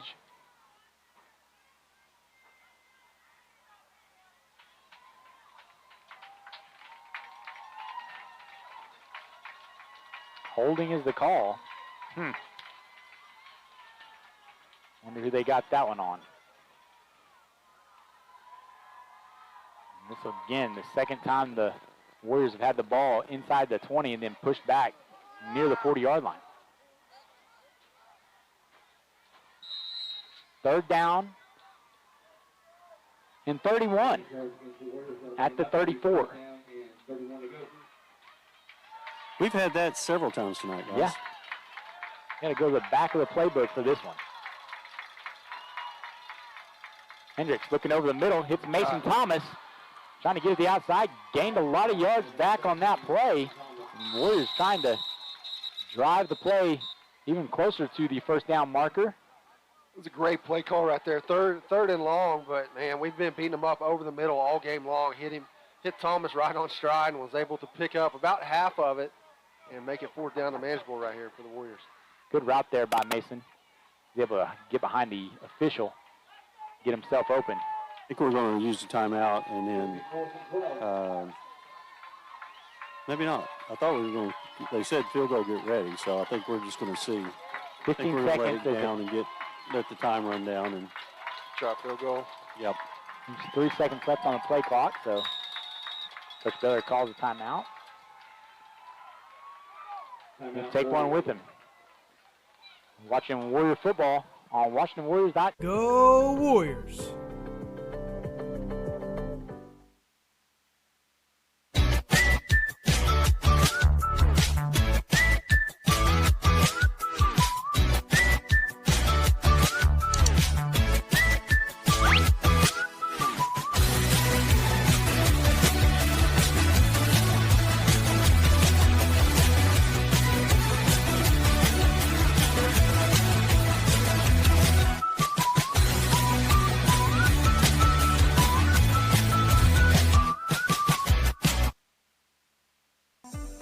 Hey Warrior fans, there's a credit union designed for our community by our community members. Welcome back to Royal Field. 6 seconds left on the game clock as the Warriors come out in field goal position with Mason Thomas attempting a field goal attempt of 33 yards. Jackson Hendricks set to hold. Royals not taking any chances as the kick goes up. It's good. And it's good. There's a flag on the play. Of course there's a flag on the play. We'll see what there wasn't even any rush. There's 4 guys running. It was roughing the kicker. Okay. Goes on the kickoff. Yeah, they did hit him in his plant foot. There's 1 second remaining on the game clock, and it looks like the White Hat is looking at the rule book right now to figure out what the it call goes. Well, Brad's probably talking about the clock should have ran out right there. You can decline it. You can decline the penalty, take the points off the board, and get a first down, and you'll have 1 play, or you decline that, and then they enforce it on the kickoff. Is it half the yards to the goal, or is it? No, it would be. Would have been because it's inside the 30. Well, it'd been at the original line of scrimmage. What was the? It was at the 16. Yep. Yep. So you got it at the 8 and had 1 play at the 8. Yeah. So. Because you could have, even if the clock ran out, you can't end the quarter on a defensive penalty. Right. Or an offensive penalty on 4th down if you're throwing the ball away against Central Michigan for those OSU fans out there. Regardless, Mason Thomas with a nice 33-yard field goal make. That's good in the long run, too, because now you have some confidence in a kicker to kick at that distance. The Warriors take a 29-7 lead with 1 second left.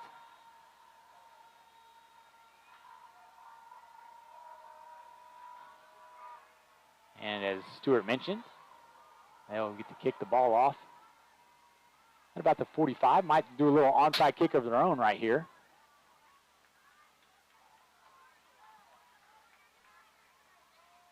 Just to get the clock out.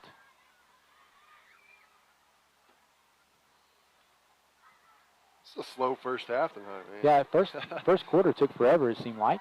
So like Yeah, it was if you fourth had something that where you could get one that bounced a couple of times that you could pick up on the run. Yeah.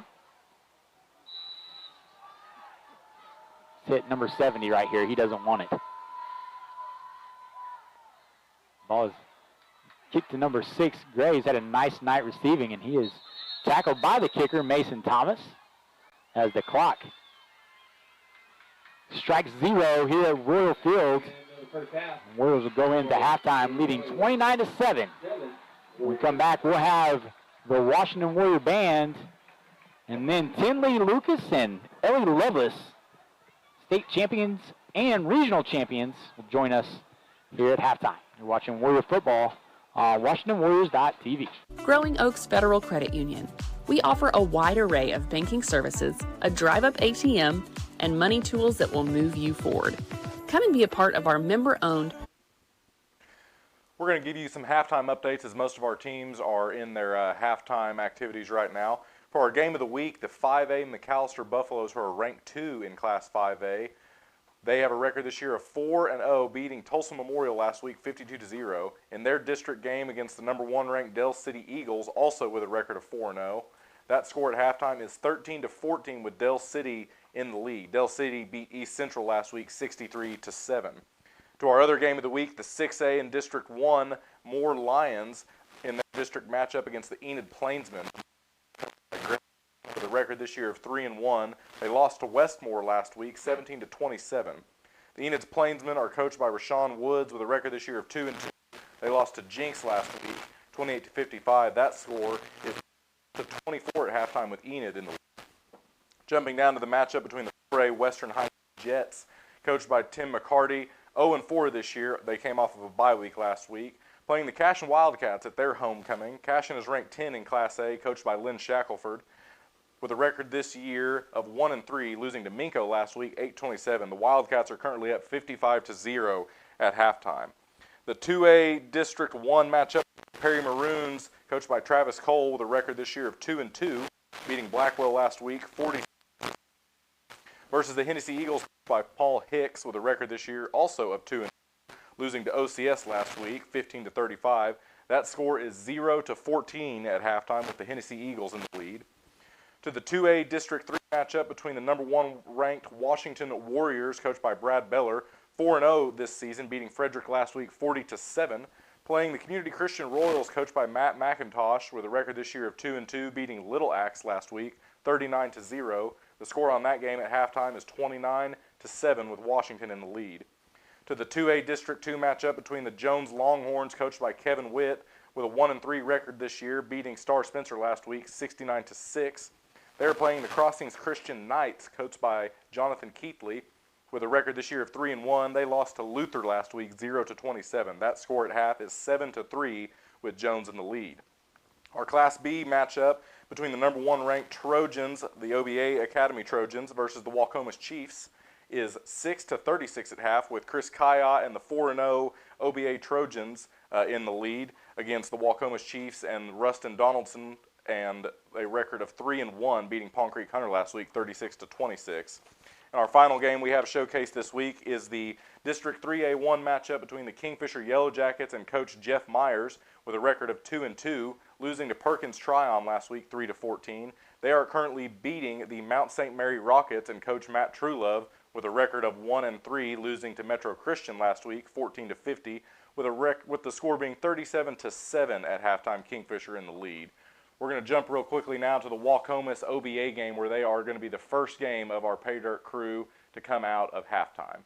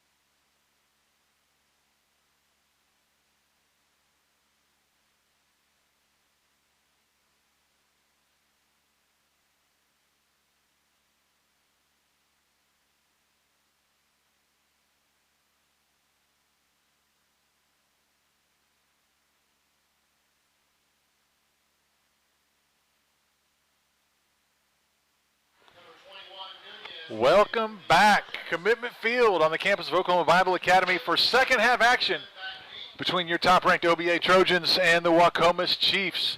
OBA took the ball to start the game, so they will be kicking off the second half. Harry Nunez to let it fly, and it goes deep. Ball fielded at the 1-yard line, and it will be returned. OBA coverage team is there, met immediately by Ian Easton. Great open field tackle by the junior, number 12, Ian Easton. Ethan Brueggemann with the carry. He's a freshman, number 1 for Wacomas, so bright future there for the Wacomas Chiefs as Brueggemann has made some nice plays here tonight. Great open field tackle by the junior, Ian Easton. He has 1 touchdown on the night on the offensive side of the ball. Makes a nice play on the defensive side of the ball. They're really, I guess, in the third aspect of the game, the special teams. Is there a third side of the ball on special teams? I'm not sure how we would phrase that. But nice play from Ian Easton as the Trojan defense awaits to see what Wacomas will show them now. So Woodruff back at quarterback. He's going to keep fake. No, he hands it off. Faked me out even. Nice play. Richards on the carry. They go back to that formation where Richards comes running across the formation from the slot receiver position, and they hand it to him as he comes across the formation.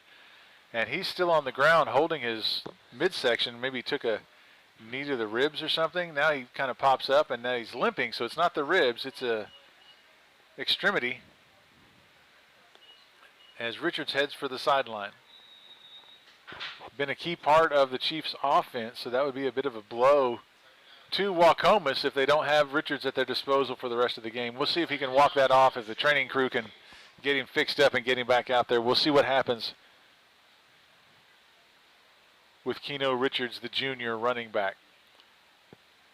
So Dallas Ives at quarterback now. Woodruff at running back here. And there's a jump from Nick Beckman. Sends one of the offensive linemen kind of scrambling backwards, and that's going to be an automatic first down for Wacomas. Just a quick loss of discipline there. They don't even call a new play. They get right back up to the line, waiting for the chain gang to catch up. First down, Wacomas. Hand off to Woodruff, right up the middle. Trojan defense closes the hole right away. It's going to be a short gain, maybe a yard for Ricky Woodruff. Beckman and Crow, the interior of the Trojan defensive line, slammed that door shut pretty quickly.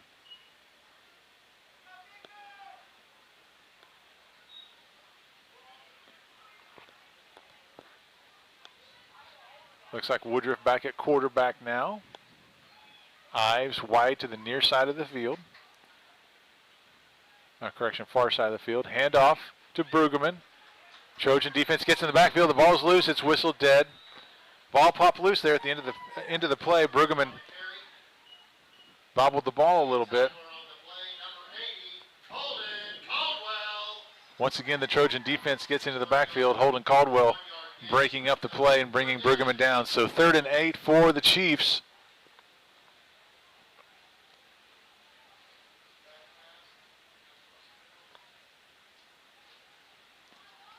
Really deliberate pace here from the Wacomas offense. We're going to have Ives back at quarterback. Woodruff in the backfield as a running back. Ives pitches it wide to the near side. He's going to throw it back across the field looking for the tight end, and he finds him. Judd Cheatham sticks his head in there. That is a big tight end right there. Pass complete to number 40, Tyler Vanover. Nice wrinkle there in the Wacomas offense here in their past couple of series. They've started finding the tight end Vanover. They've started using that tool a little more often as the game progresses. So first down for the Chiefs, still in their own territory at about the 47-yard line. Woodruff at quarterback. Man in motion. Hand off to the man in motion. He's trying to get out to the outside. Slowed up just a little bit. He's going to be forced out of bounds after about a 5-yard gain. Good to see him back in there. Keno Richards on the carry. Back in his familiar position. So the limp is gone. He was able to work it out. Maybe it was a cramp or something. Who knows? But he was back in there. Same play we've seen several times. He goes in motion. The snap goes to the quarterback, and he just hands it to the motion man as he crosses the formation, looking to get around the edge. Trojan defense did a good job containing and limiting him to just a 2-yard gain. So 2nd and 8.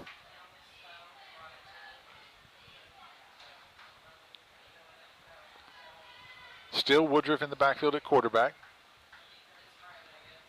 No motion is happening. Now he comes across. Ball's on the ground, ball's on the ground. Looks like it's Trojan ball, but it's hard to tell from this perspective. The Chiefs tried a little trickery there, and looks like they were able to maintain possession. So, same play again. Keno Richards coming across the formation. They fake the handoff to him. Then the tight end crosses in the opposite direction, and they actually rule that an incomplete forward pass instead of a fumble because Woodruff did kind of, it was like a shuttle pass that you see at the college and pro levels. They kind of shuttle passed it into all that traffic, and it just got batted down, it looks like. So incomplete pass, 3rd and 8 for the Chiefs. Handoff there to number 40. Rumbling downfield is Tyler Vanover. 1st down, Waukomis. That is a big load when it gets a head of steam going. So, 1st down, Waukomis. As once again, the Waukomis Chiefs are on a long, sustained drive here. 8:21 to go here in the 3rd quarter. Eating up a lot of clock, keeping that potent OBA offense off of the field.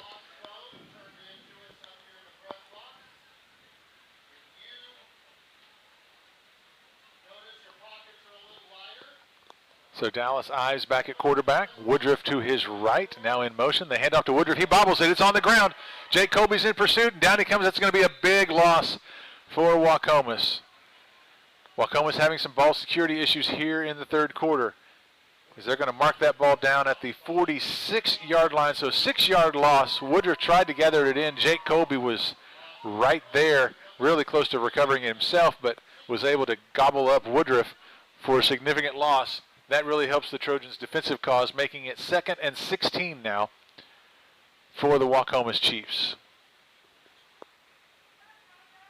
It's like Dallas Ives came in. Let's see if they have him at quarterback. No, but still going to be Woodruff at quarterback. Ives goes wide to the left, and Ethan Brueggemann, the freshman, is here on the near side. Patient run there. Woodruff drives just straight ahead. Defensive penetration from the OBA defensive line. Harrison Crow got into the backfield, got an arm on Woodruff, didn't really bring him down, but slowed him up enough for Holden Caldwell and the rest of the Trojans to make the tackle. 1-yard gain, making it 3rd and 15. I'm not a defensive coordinator like James Cheatham, but I have to imagine Coach Cheatham and the Trojan coaching staff have to be looking for number 40, Tyler Vanover, because all of the big plays have had something to do with him. Looks like Ives is a quarterback. Woodruff is in the slot on the far side of the field coming across in motion. They're going to hand it to Woodruff. Double reverse. They're going to try that play again. He's trying to get around the edge, and he's gobbled up and stopped after about a 4-yard gain. That'll make it 4th and 9 or 10. Let's see where they mark the ball here. Looks like it's going to be 4th and 10. From the 41-yard line. So double reverse there. They weren't going to throw that. That was never part of the design of the play. They were hoping they could catch the OBA defense over pursuing, and Keno Richards could turn that corner on the far side of the field. Fortunately, Caleb Mendoza did not bite on the reverse. He was right there. Impressive. Caleb Mendoza playing his 1st year of football ever. Caleb moving to Enid. His father is in the military, transferred to Vance Air Force Base, moved here originally from Hawaii, moved here from Alaska. Not a lot of football playing experience there. Ives in at quarterback. Woodruff wide to the left. So it's going to be a throwback. I'm looking for a double pass here. They're looking for the tight end. It's going to go deep. Judge Cheatham in coverage. Ball.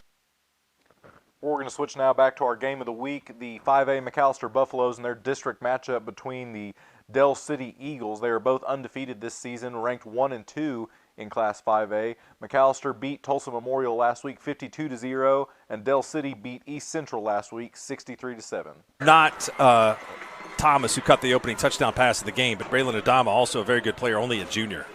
Yeah, I think Adama's going to have some looks too. Also, I mean, you're right. He hit the accelerator there and kind of zipped by everybody. He ran right by McCarty also as well.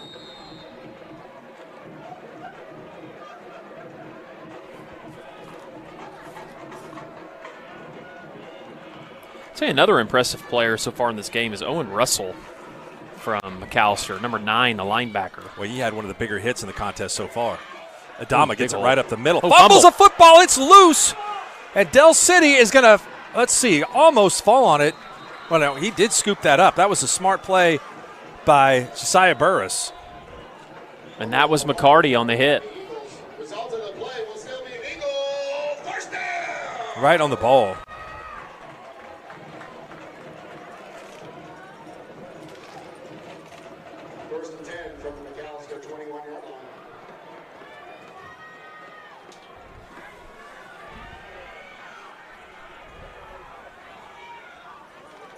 Adama doesn't have any running room along the left side. About 4 McAllister Buffaloes that meet him.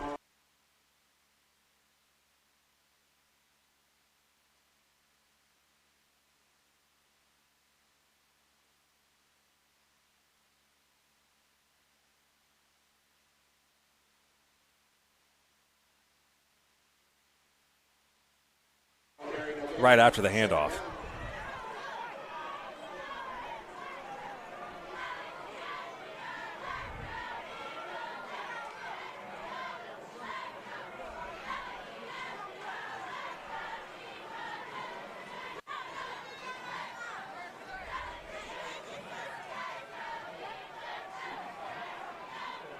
That's going to be a penalty on Kanaji Thomas. He's looking over here at the sideline while the play was being snapped.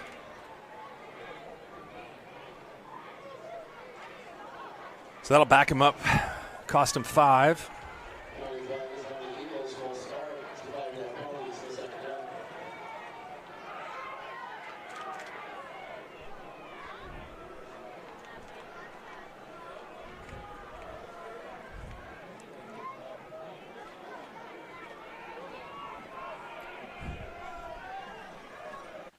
We're going to jump now real quick to the 3A matchup between the Kingfisher Yellow Jackets and the Mount St. Mary Rockets.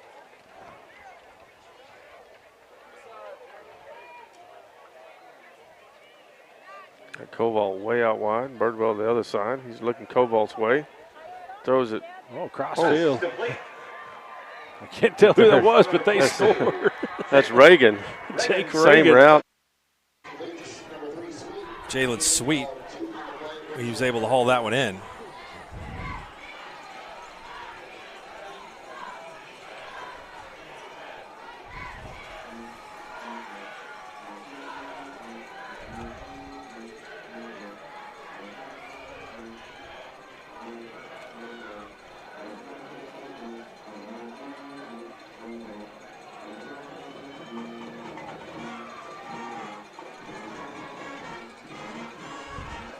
Godwin, straight back, 4-man rush, and he trips and falls. And the Buffaloes have been bringing 3-man pressure most of the game, and the 4-man pressure got home. That was just an excellent job there by McAllister to make sure they kept him in the pocket. He was looking for a hole to get through and started to backpedal and obviously tripped and fell. Be interesting to see what Del City does here. Well, I would think they might. I mean, a punt goes into the end zone. You're only gaining a net 12. Mm-hmm. Let's throw it up to 1, right? It's another. This is a 3-man rush with a spy. There goes the spy with a not big a hit. good Throws an decision. interception. Picked off by the Buffaloes. I think we're going to have a block in the back. But that was the late pressure coming in from the Buffalo spy that caused Godwin to throw the interception. Yeah. Well, and there were about 5 blocking the backs.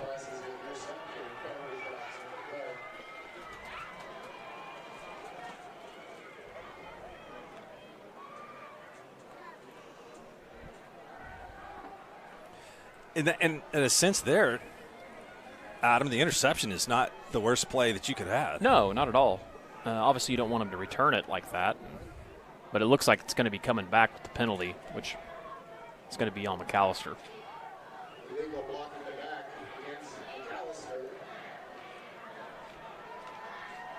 Yeah, once again, McAllister shows a little life on offense, and the defense makes a stand. Well, we had all the points in this game in about 2 minutes. Oh, I know. Thought we were going to have an 8-man game breakout per minute.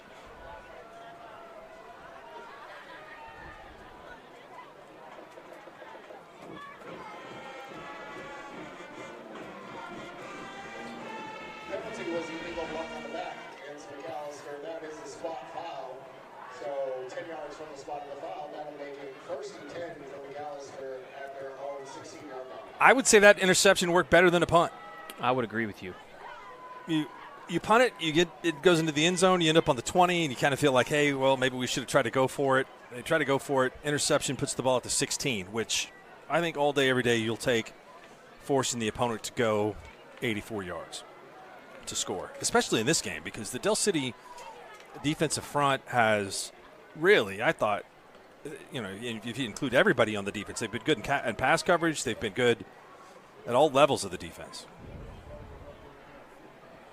How about this? We're going to jump now to our other game of the week, the 6A1 Moore Lions at the Enid's Plainsmen. That is a district game for both of them in District 1 of the 6A1 class. Hit you right in the middle of the back. So now it's 2nd down and 5. They can get a first down inside the 9-yard line. If the Plainsmen can finish this one with points, it'd be a big success, a great way to start the 3rd quarter. Only up 24-21. 2 wide to the left, 1 to the right. They'll put the man in motion. Tyke Andrews, handoff to Luke Rao going the other way, to the 10, to the 5, touchdown Plainsmen. That's a good play. Brought Tyke in motion, and everybody had their eyes on him, and they ran Rao back to the weak side, and easy touchdown there for him. Good blocking there, too, by the right side of the line. A heaping helping of Luke Rao. He carried the ball 6 times on. We're going to jump now to the 2A matchup in District 2A1 between Travis Cole and the Perry Maroons versus Coach Paul Hicks and the Hennessy Eagles. And it's going to be fakes the jet sweep, pass to Seabass. Ooh, over his head. Oh, that's a touchdown if it's just a little bit less juice taken off of it. Oh, that would have been Seabass's first. That might have been Seabass's first touchdown of the year. That's not passing. He has 1 passing touchdown, but does not have a receiving or a rushing touchdown.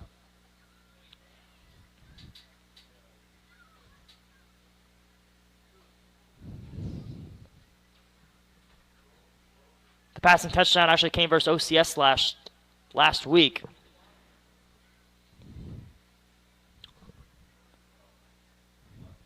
And Titan will take it up the middle and gets to the 39-yard line. Not 39, 34-yard line. And they're going to hurry up here. It's going to be a 3rd and 4. It's going to be another quarterback power to the left side this time, and that's a first down and 10 for the Eagles. He stretches out, and they are down at about the 20. We're going to jump back to our other game of the week, the 5A McAllister Buffaloes, who are ranked 2 in Class 5A, in their district matchup between the also 5A Del City Eagles, who are ranked 1 in Class 5A. Enid scores again to go up 32-21 over Moore. As this game goes along, each team's defensive front is beginning to dominate more and more. Eagles give up ground on the 2nd down play, bringing up a 3rd down and 3.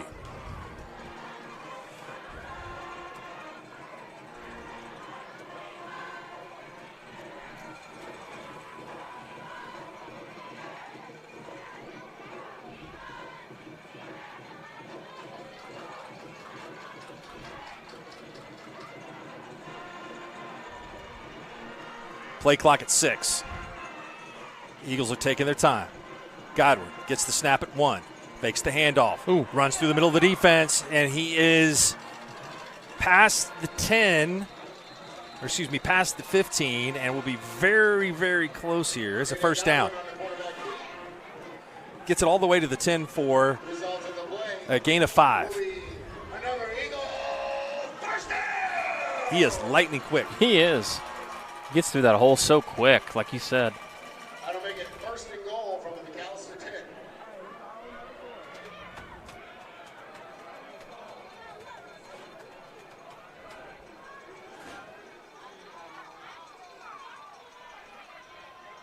Handoff goes to Adama, and again, not much running room.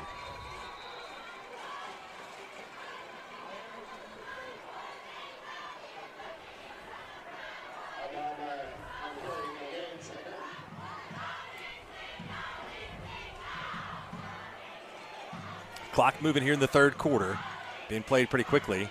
Del City taking their time with the play clock, not in any hurry.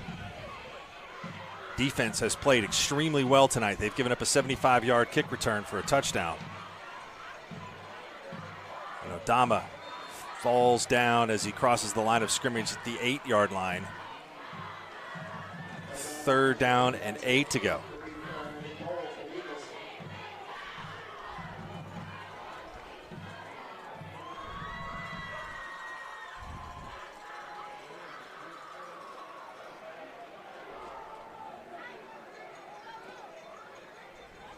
Buffalo's bringing in some new personnel. Get a timeout at Del City. We'll take that timeout with him here. It's 3rd down and goal to go from the 9. Big play coming up for the Eagles. Back to school. Now your worries about the kids going over on their data plans are back. Mom and Dad, this is for you. Right now, make the switch to Pioneer's unlimited data plans. Don't let data overages and high cell. All right, we're back. No timeout called. Officials bring the players back out on the field. Adam, what do you dial up here? I'm going to boot the quarterback out and try to get – they've had a lot of success kind of on the edge throwing the ball, and I'd boot Goodwin out on the edge. One-on-one coverage here at the bottom of the screen. Or run the no play. That always works too. 3rd and 4 is a much higher percentage than 3rd and 8. I would still do the same thing. Get your playmaker on the edge. I don't. They haven't had a lot of success running the ball up the middle unless it's been with the quarterback. And that's been after some play action stuff, so.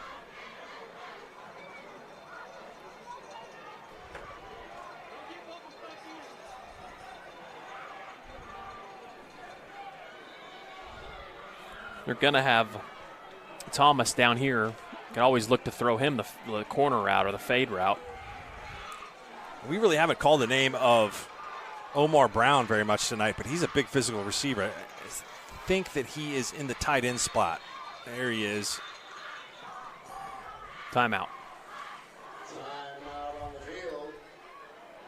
We do have a timeout. Finally.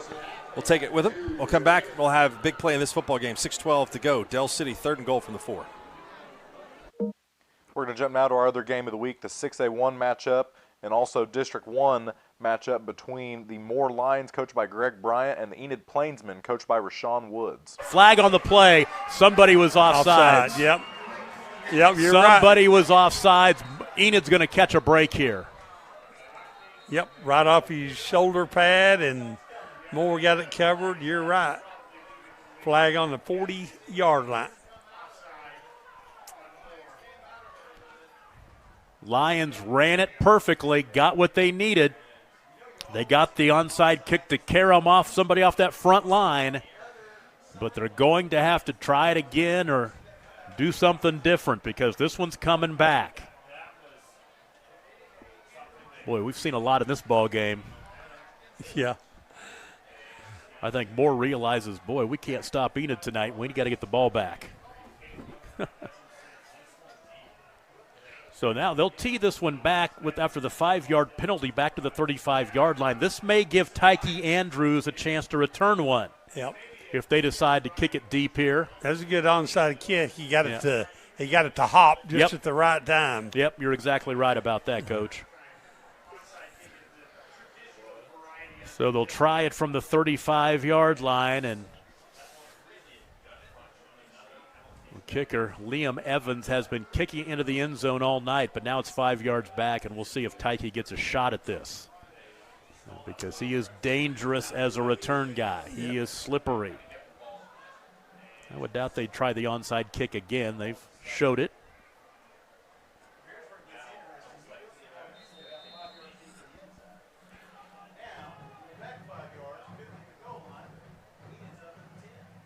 We're going to pooch this one. Fair catch called for. Catch made at the 39-yard line by Brock Slater, so the Plainsmen will take over right there.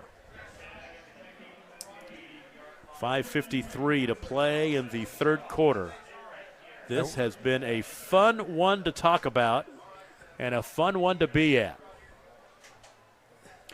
Glad to have you along for the ride on the Skordle Game of the Week, brought to you by High Plains Insurance. Caden LaFortune, our producer-engineer. Jacob Woody on camera, the pride of Cashin High School. We spend a lot of time in the smaller press box of the smaller schools. It's nice to be here at the 6A level tonight, and we're getting our money's worth. First down and 10, 31-28 Plainsman. Robinson is in there at quarterback again. He'll throw right side, one-on-one coverage to Tyke. He got it. And a flag late. Yep, it's going to be against Moore, too.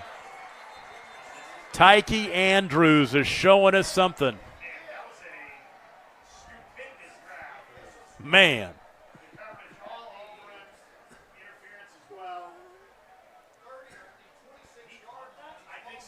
He caught it. Yeah, he caught that ball to the 26-yard line.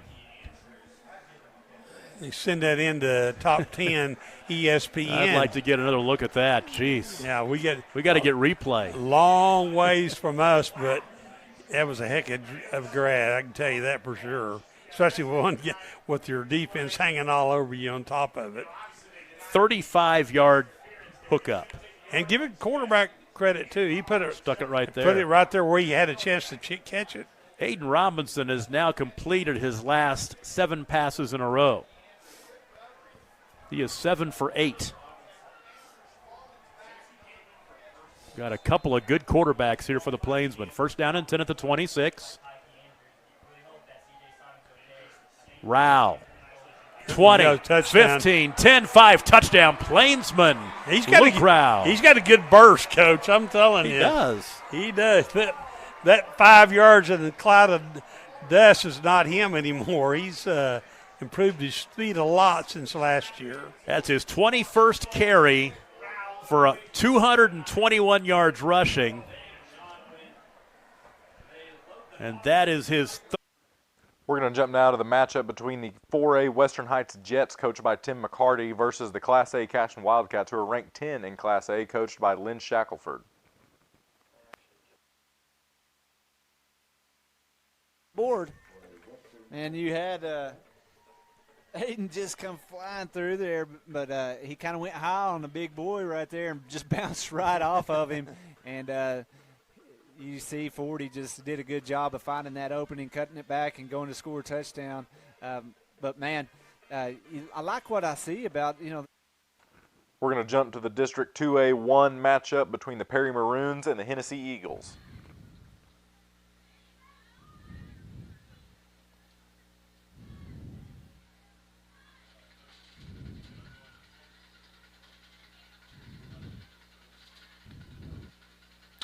And quarterback keep.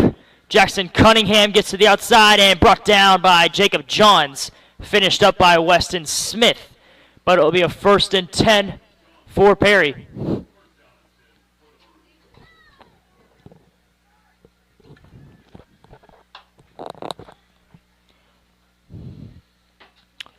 Jacob's first year playing football in a while. Has been a pretty solid player for the Eagles. And a quick out to Andrew Kukuk. And he is pushed out of bounds.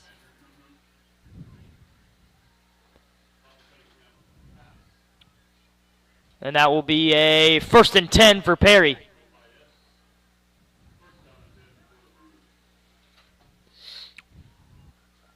First and 10 at the 24-yard line. Perry is driving. This is their best drive so far We'll see if they can capitalize.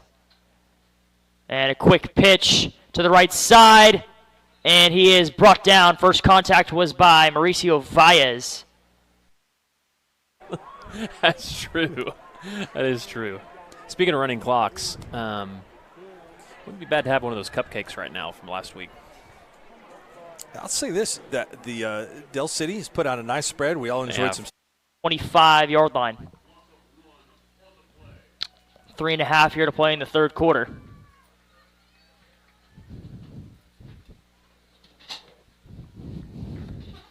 Second and 11 from the 25.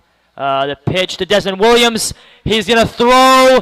It is, ooh, a good ball from Desmond Williams, but it goes through the hands of number 44, the sophomore Matthew Larkin.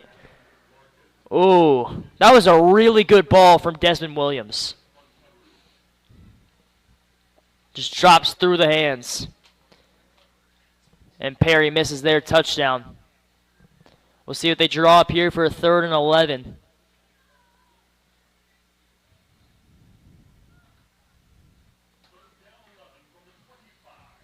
Third and 11. Rolls out to the right side. A little bit of pressure. Oh, good defense and an even better catch. They're going to give him pass interference, but Desmond Williams got in for the touchdown. Throws the pick, but really it almost ended up better than them is the missed field goal really by Del City. It's not like either team's really shot themselves in the foot. Now, obviously, Del City's had the better hand here recently defensively. Boy, that is tough physical run. Ball came out again. It's still going to be McAllister's ball, but I think it did. You know, I have got the 6A1 football scores pulled up. I think that tonight's and last night's games really tell the story here. Is you've got Union up by 51, you got Bixby up by 73, and everything else is close. I know. I think between the outside of those two teams, I would really like Jinx a lot this year, but they're injured right now. It might be an opportunity for Norman North to get them next week, but you've got improved teams at Edmond North. You've got improved teams at Edmond. You've got a very much improved team at Enid. 3rd down and 2 to go. McCarty. He's got it. Powers for the first down. Hit right at the mark, the 47-yard line, and winds up at the 50.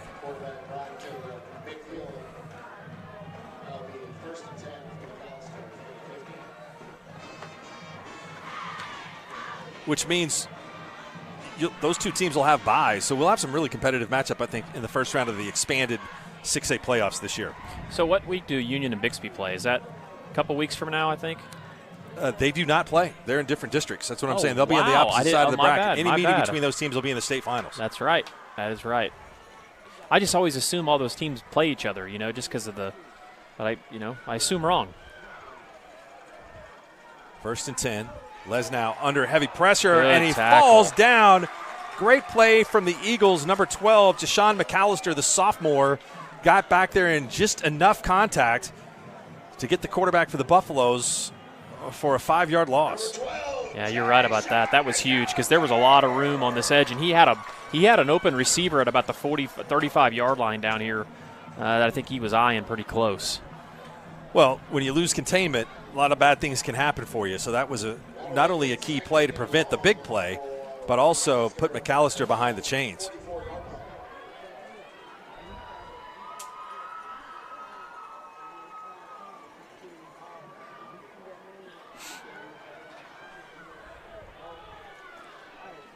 Clock running, 2:19 to go in the third.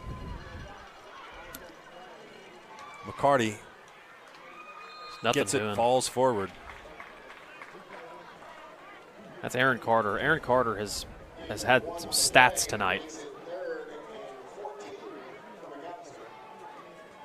He's a junior. You mentioned playing the linebacker position. I mean, I've been really impressed with him. He's got size. He could be a kid that you could see on a Division I on Saturdays, or they play all sorts of different days now, but he definitely fits the bill. McCarty gets it, and he is stopped in his tracks.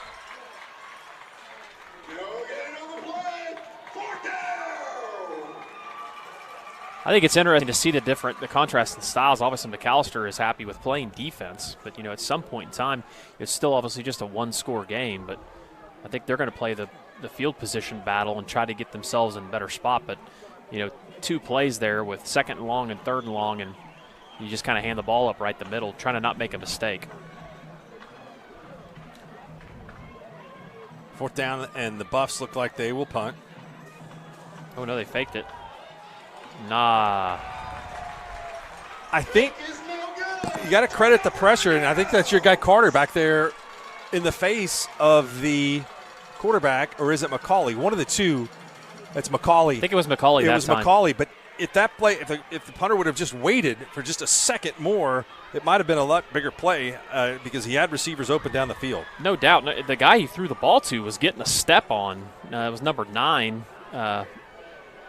Would be Owen Russell. He was getting a step on him, and We're going to jump now to our 6A1 District 1 game between the Moore Lions and the Enid Plainsmen. We have a final score update from our Class B matchup. The Oklahoma Bible Academy Trojans, who are ranked 1 in Class B, will beat the Waukomis Chiefs. The final for that game, ending with 39 seconds left in the 3rd quarter, is 58-12. Time instead of split out wide. Yeah, let's see where they put Tyke here on 3rd down and 17. They're going to line him up in the slot to the right. I think the Plainsmen are going to call a timeout. Yeah. They want to talk about this when they will. They're going to see if they've got a 3rd and 17 play. Let's take a break. The Plainsmen up by 10. It's the game of the week on Skordle, brought to you by... We're going to jump now to our 3A1 matchup between the Kingfisher Yellow Jackets, who are 2-2 this season, and the Mount St. Mary Rockets, who are 1-3 this season. Looks going deep. Lets it Has go. a man down there. Knocked away at the end. Number 82, Zach Ellison, broken up. Is that Cooper on the breakup? It's hard to tell. There's 4 of them right there. It looked like it was Cooper.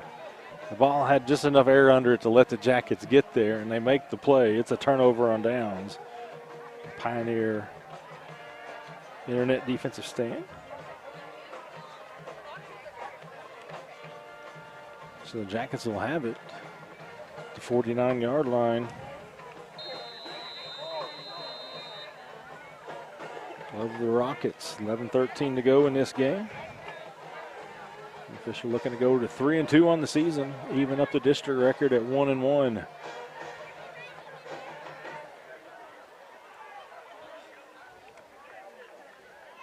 Four wideouts. That's Haynes in motion. He gets it. The jet sweep. Number 32. Hurdles a man, still going.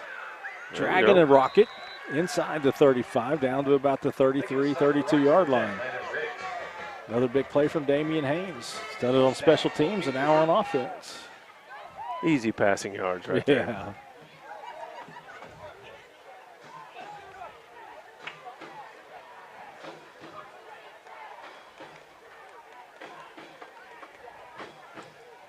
They mark it at the 33. Gain of 16 on that play.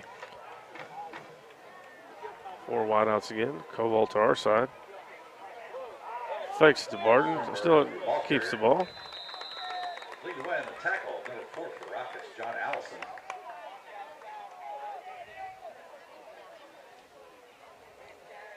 Pick up a 4. It'll be 2nd down and 6. We're going to jump now to our District 2A2 matchup between the Jones Longhorns and the Crossings Christian Knights. We also have another final score update. The Cashin Wildcats and head coach Lynn Shackelford will beat the Western Heights Jets and Tim McCarty. The score on that game, 55-8 is your final. While we're here, we're going to jump back to our other game of the week, the McAllister Buffaloes versus the Dell City Eagles, and what is turning out to be a really close matchup.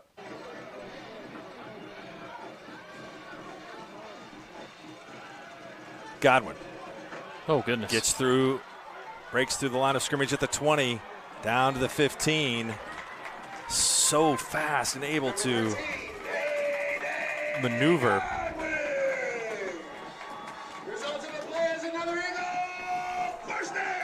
Well, and you could tell there, Mark, he was looking to Great run. weapon. He was looking to run the whole way. First and 10 from the McAllister 15-yard line. McAllister's defensive game plan has been really good. They've kept the Eagles guessing with the number of guys in the box.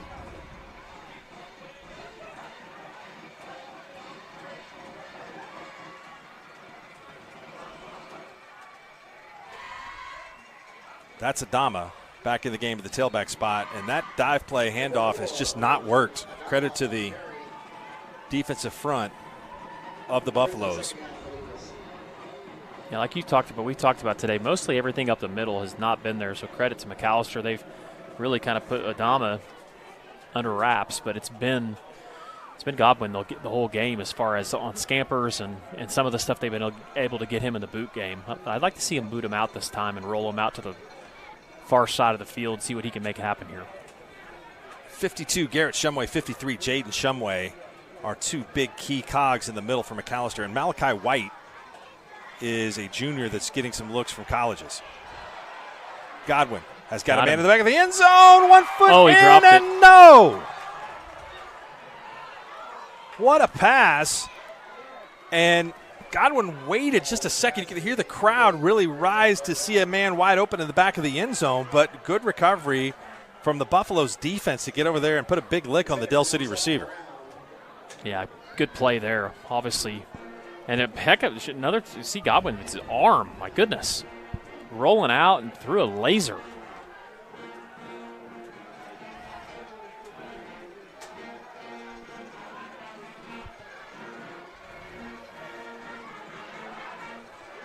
I don't think the play clock is working, I've noticed. Play clock has not started. The clock has been doing some strange things, you're correct. 4 receivers to the right, 1 to the left. Godwin facing a 3-man rush. He's got plenty of time. Here's where he's dangerous. Oh, and there's going to be a hold. Big hit stopped him right at the 12-yard line. It's a gain of 3.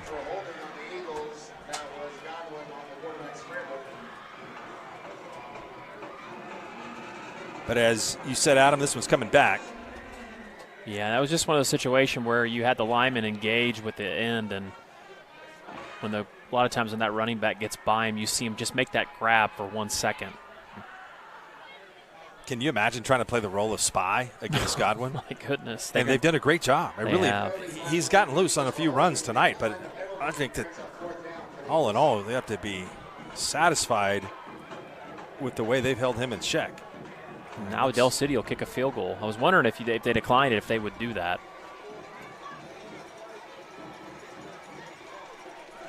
I believe that is 82, Stanley Johnson in for the kick.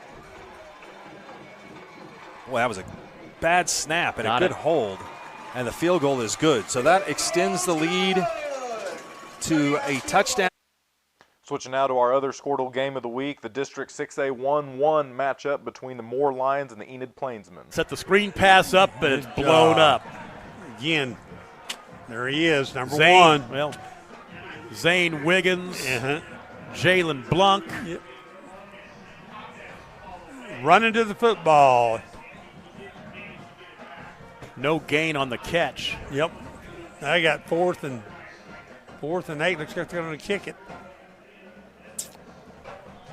Still plenty of time. If they can get a defensive stop, they're only down 13. That's easier said than done, though, this Plainsman team. I'll kick it out of bounds. That's really high. Takes a more bounce. Yeah, really good bounce. Still rolling down to the 30-yard line. Uh-oh. We got a fight going on away from the ball back at. We're going to switch now to the District 3A1 matchup between the Kingfisher Yellow Jackets, who are 2-2 this season, and the Mount St. Mary Rockets, who are 1-3 this season. F&M Bank first down. The Tory's not hopping up. No, he's not. That's. Good injury on the field. I hope he's not. It looks like He's he's grabbing cramping his. up. Okay, that'd be good. That's okay. Yeah. If that's the case. Hope that's the case. A young man who missed all of his junior season with the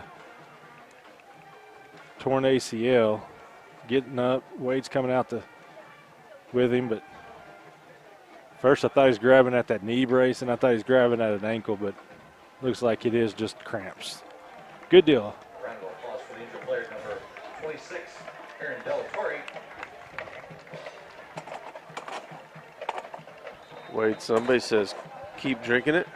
Here's some pickle juice. Yep, I guess they didn't need the chair anymore. First and 10 for the Yellow Jackets. Ball spot at the 12-yard line.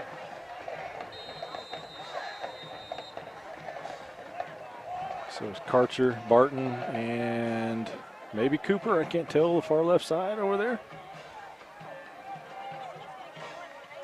In there with It's traditionally been Cooper. And it is. Kick out block, good job. Barton cut underneath it. Gets a good solid 8 yards. Showing a little promise there with that formation. Hadn't necessarily shined much of the night.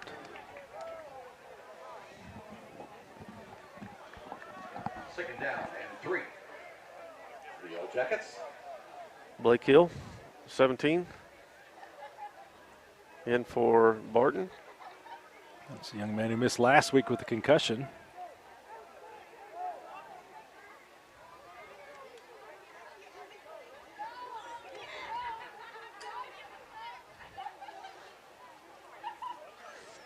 Hand off to Hill. Number 17. In the end zone. Nope. Is it? Kingfisher's calling it, but the no. It is it first gives and a goal. First down. F&M Bank first down. Making the stop the Rocks from 62, Landon Hughes. The first and goal for the Yellow Jackets at the 1-yard line. Jackets are in that Kingfisher Electric red zone. To the line quickly. Hand off to Hill again. Buries his head. Dennis's Express Pharmacy touchdown. We're going to jump back now to our Skordle game of the week, the McAllister Buffaloes versus the Dell City Eagles.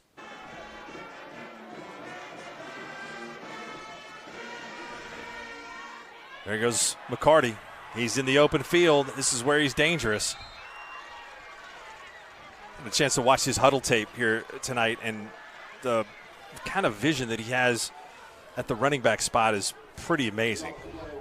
Yeah, credit to Dell City. They've done a fantastic job of keeping him kind of bottled up tonight. I think the style of runner that he is, too, he wears on you after a while, too. Flag flies. That's good defense by Carter. Make the stop. McAllister's pointing at the Eagles on the penalty.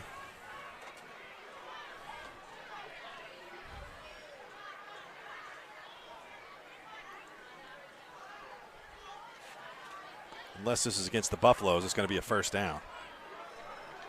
Not sure I understand what's going on here. Because the back judge was, or the umpire was telling him to run the clock, but there's a flag, so.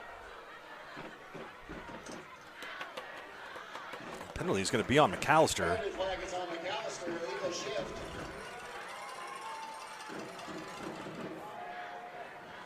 Beggs' victory game continues to have scoring like a pinball machine, 42-40 Beggs. Claremore scored again on Rejoice. It's 35-34 now. So that wipes out the first down. It sets up a second down and 7.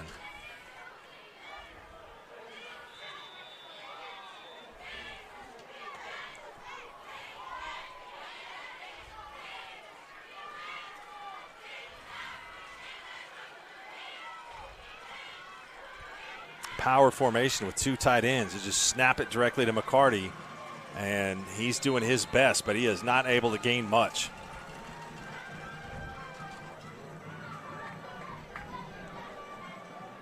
At some point in time, you would think maybe that McAllister might have that formation where they sneak one of those tight ends down the field, potentially for a big play like a jump pass or something along those lines. Dell City defense has been aggressive and willing to come up and play some physical run defense. We saw that a lot when these people started running that QB run game stuff out of those power formations like you talked about. Like, you know, OU did a lot with Blake Bell and Oklahoma State did a lot. But you're right, Mark. Something like that I think could go for a big play. Del City has 11 men within 5 yards of the line of scrimmage. McCarty gets the first down against that type of defense. Wow. I give some credit to Mike, the PA announcer here tonight at Del City. If the Thunder need a guy, man, they need to look no further than about 6 miles east of the Paycom Center. I hope somebody's got him some type of a hot drink. It's a coffee or something It makes my throat hurt. It does. Olive juice, something. Del City, even against this 2-wide formation, is going to stick all of its players right up next to the line of scrimmage. Nothing there. Oof. That is a big physical tackle.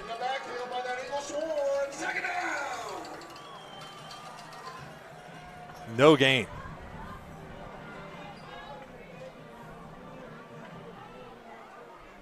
Jones just scored again. Let's look at some other scores in 5A in this same class. Most of the games are not as competitive as this one, obviously. Noble, or El Reno, still leads Noble 28-26 in the fourth. Noble making a comeback. They are. I don't know that you could have a more exciting finish than they had in the Noble Ardmore game last week. Carter Swanson diving at or Cal Swanson at the pylon. What a play! They get to the quarterback. Great play by Braylon Adama, going both ways. Gets the huge sack. I'll be honest with you, Aaron Carter got through there, and he just got grabbed from behind. Felt like he really got held on that play, but the result ended up being better for Del City almost. Wow. Clock's still moving, and man, this is what play do you got for 3rd and 25, Mark? How about a screen? I haven't seen either of these teams run a screen. To be honest with you, the 3rd and 25 play, Del City's backed off a little bit on defense. I'm just handing it off. Timeout, 6:01 to go. I mean, they may boo me for being conservative, but I don't know that you've got some running backs that can get through there and negotiate a big gain.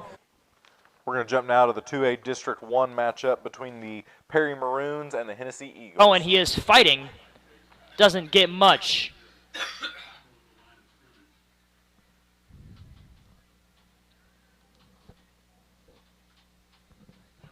About a 1-yard gain. It'll be a 2nd and 9 from the 22.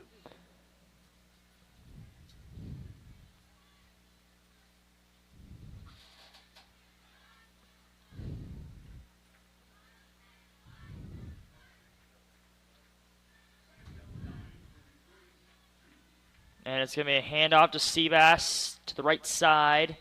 He gets, I think, to the 24 or 25. To the 25. And it'll be a 3rd and 6.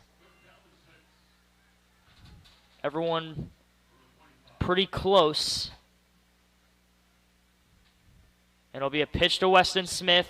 He's going to try to get outside, and he gets to the 28-yard line. The first down's at the 31. It's going to be about a 4th and 3. 4th and 4. 4th and 3? 4th and 3? Yeah. 4th and 3. We'll see if the Eagles elect to go for it. If they do and they don't get it, this puts Perry in perfect position to tie this game. Yeah, it looks like they're going to punt. Unless they fake it. They had a very good punt fake last week, but that is going to be gone over in film probably a lot by Perry. Make sure that doesn't happen. Yep, they are going to punt it. Seabass with a line drive punt. Andrew Kukok will not retrieve it, and it will be down at the 34-yard line. To the semis, it's a little different when you go to the semifinals in Class 6A Division II than it is if you go to Class A. Yeah. You know, I mean, it's a 32-team bracket instead of an 18 bracket, so. That penalty is going to be declined to make it 4th down. Del City has only 3 playoff wins since 2000. Now, 2 of those have come here in the last 3 years, but this is a team that I think can win it all. Both of these teams can win it all. But I've been extremely impressed with Del City tonight.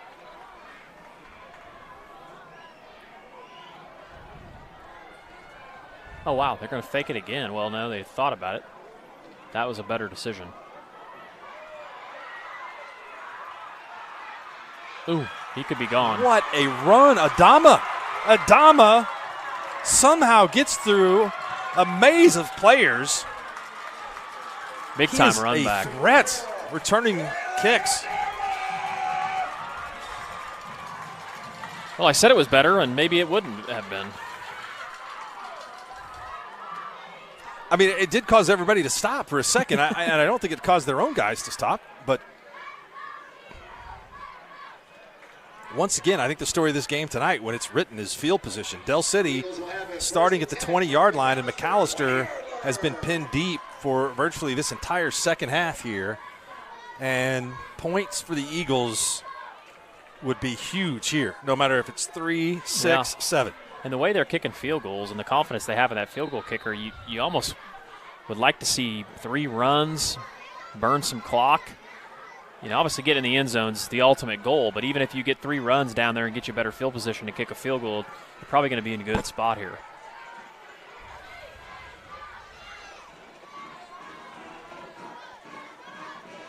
Adama, no rest for the weary, gets the handoff and is pushed back. Adama on the carry, gain of 2. Second down for the Eagles.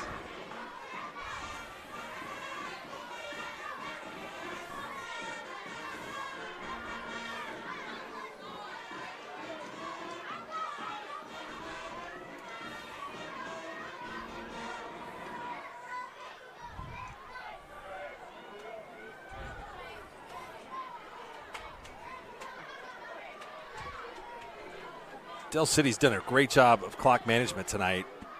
Now the clock, play clock has been broken, so that may be a little bit of an advantage to them, but they have been deliberate when they've needed to be.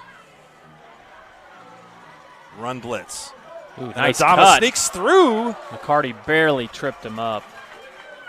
First down at the 10, so that'll let some more time run off the clock, but they came with an aggressive run blitz, and Adama was able to sidestep that.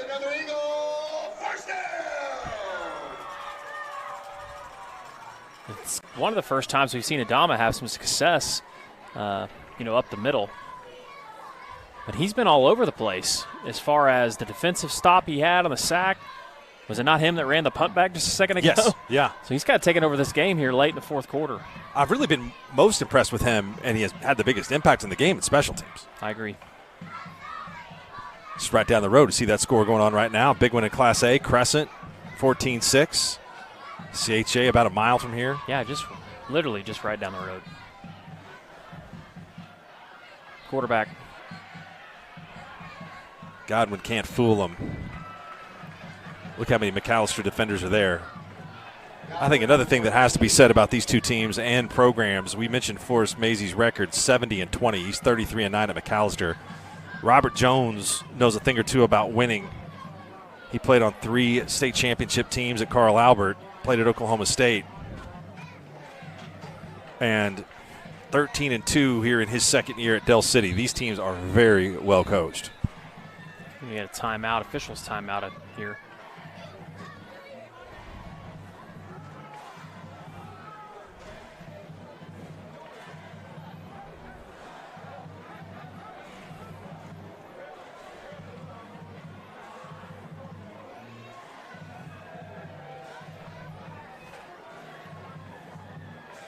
Bringing the big boys in. And who we got in the backfield there? We got Aaron Carter, Tango McCauley. Going to give McAllister a little taste of their own medicine. That's Damarian Turner and the Wildcat formation. Clock continues to roll.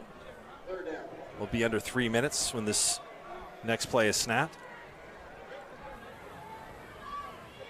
Del City here tonight, they've played this game in an impressive way. A lot of times you'll see high school teams, and they're really kind of afraid to go to a kicker. And kicking 2 field goals in this game have been, I think, of massive significance, especially if they could get another one here. Then looking back on those decisions to kick field goals become even more the right thing to do. Yeah, you can tell they have a lot of trust in him because they're not doing anything risky. Right here, I'm saying they're going to run this ball right up the middle. Well, it's a lot of confidence in his defense as well. All right, we'll take the timeout with him here. 2:32 to go. Del City has it on the 8-yard line. 3rd down and goal to go. Stay tuned.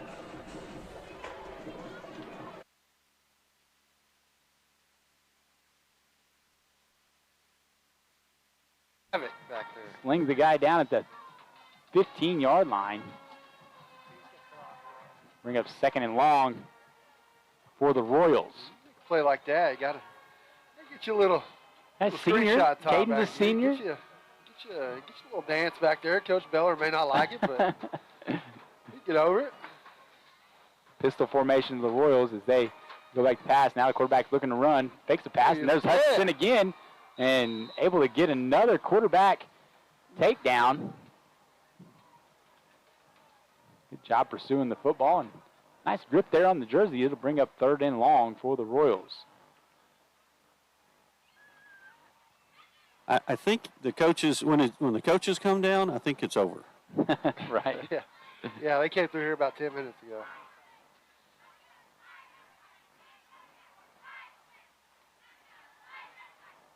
$10 to go in the ball game. The Warriors lead the Royals 42-7. I guess we can go ahead and have our second pick segment. We weren't very successful last week as Darden attempts to throw, and number 12, Asher Jennings, did not know the pass was coming his way, and it'll be 4th down and long. Yeah, he was blocking, guys. Right. So OU. We're going to jump back to our Game of the Week matchup in Class 5A between the McAllister Buffaloes and the Del City Eagles. Both teams are undefeated and ranked 1 and 2 in Class 5A. We also have another final score update for you. The 3A Kingfisher Yellow Jackets and Coach Jeff Myers will beat the Mount St. Mary Rockets and Matt Truelove, with a final score being 50-15. It's good. And for the first time since early in this ball game, the Del City Eagles have more than a one-possession lead, 23-13.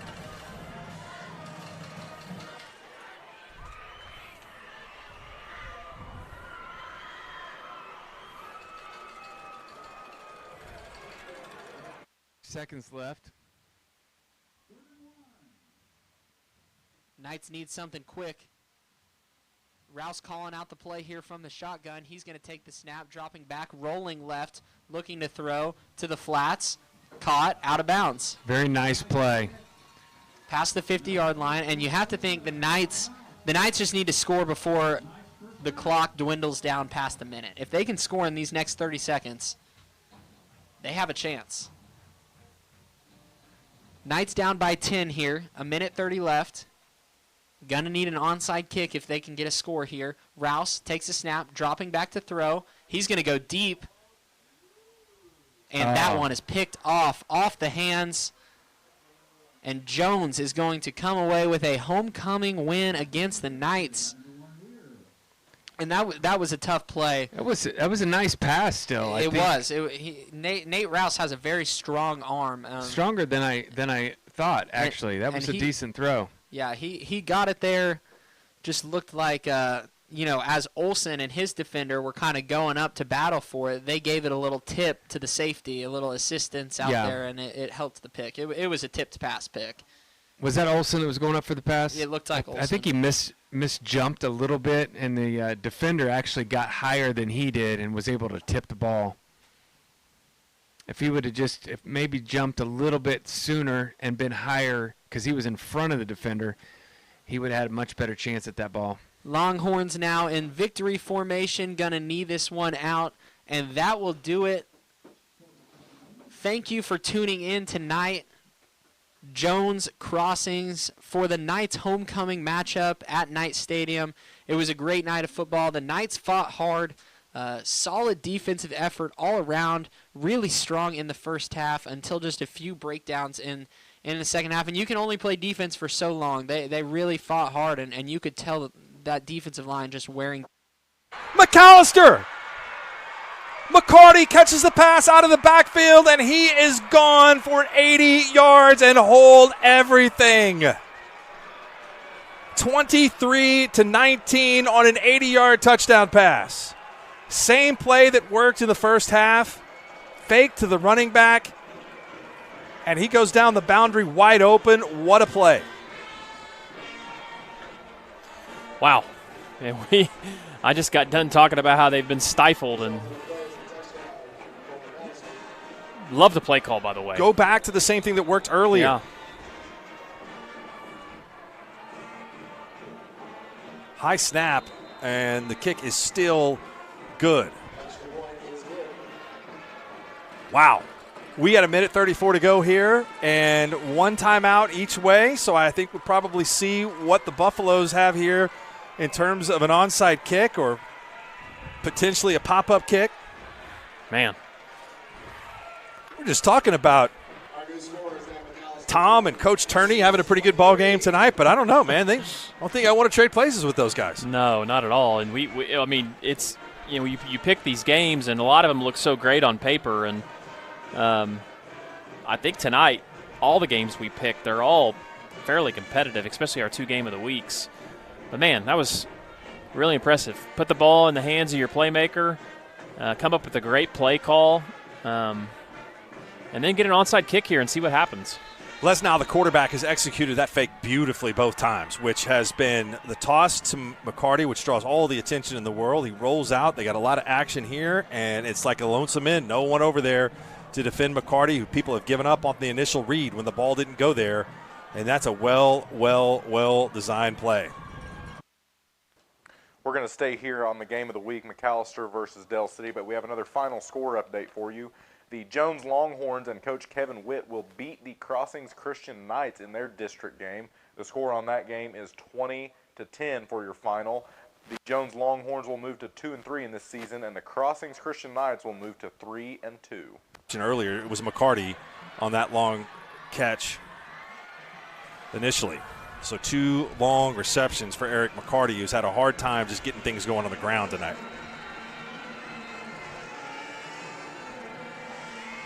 Dell City not really in onside kick formation. I think there's going to be a timeout called, which that benefits McAllister.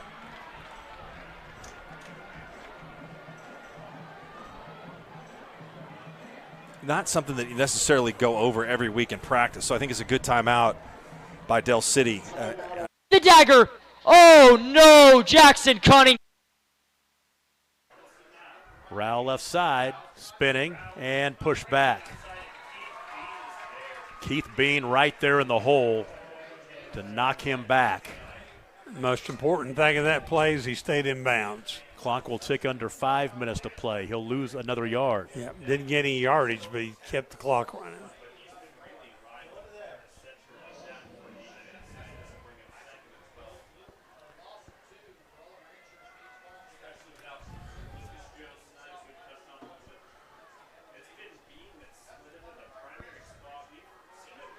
Second and 12 from the 35.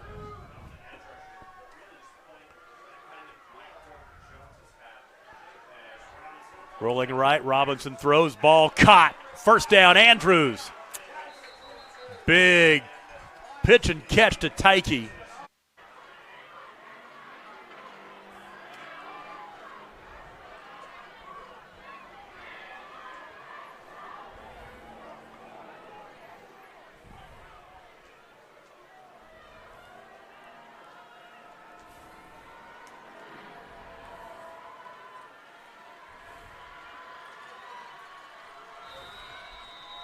All right, McAllister will try a different formation here. And again, I don't know. This Dell City, you got a lot of guys back deep. Timeout again. This time by McAllister.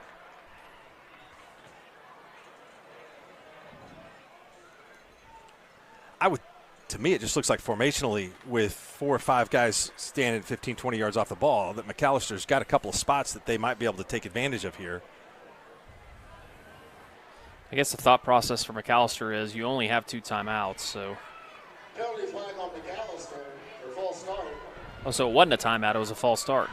So that they still keep their timeouts. I was a little bit confused because you still have 2 timeouts. You get a couple stops on defense, you still have a chance to get the ball back. So I guess a false start doesn't really hurt you that bad. Nope.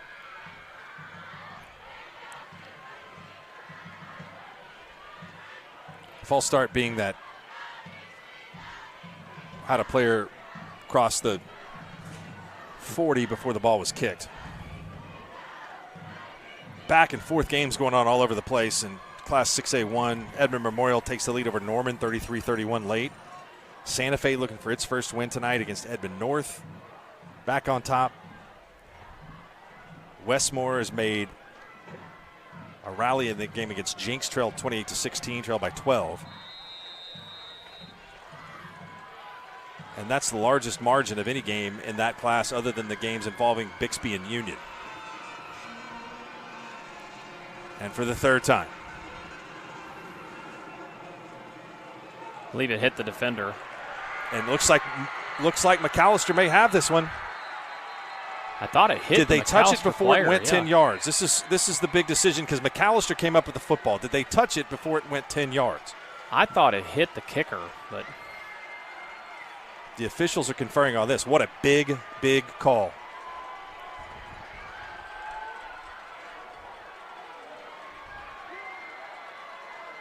And we're going to talk it all over between everybody. yeah, I thought the kicker, it bumped up against his shoulder pad, but yeah, they're not going to give it to him. Here's the call. Legal touching. I think that's the right call. Yeah, it was. Yep. Boy, Coach McAllister coaching staff is fired up. I think you were all over that. You saw it first. It was close. It was very close. Yeah. But I think it did bounce off of a McAllister player before it touched the Del City player. It definitely did. I know that the fans from McAllister are disappointed, but The ball did not travel 10 yards before somebody from McAllister touched it. Therefore, it's illegal touching and automatically Eagle ball. I don't think the PA announcer is making any friends. He's not winning any people over from McAllister on that explanation. Just want to let everybody know. Well, that should probably do it here. Enid scores again, 49-35. Well, that's a lot of points for Moore to give up.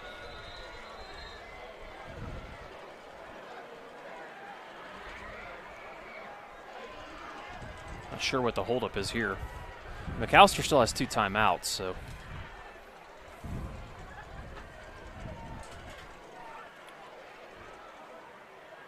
Should be 132. Okay. 132. 1 minute and 30 seconds to play. 132. Dr. Bellardo does not need you to come in. That is impressive vision.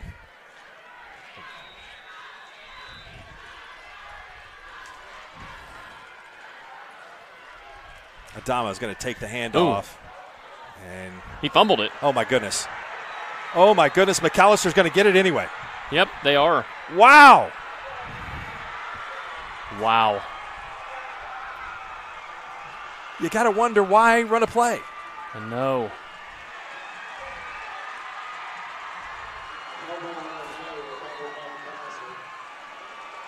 Well, and I believe Adami looks like he may have hurt his knee, unfortunately.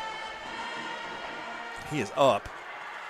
Not really up. He is not doing well. Hopefully he's okay.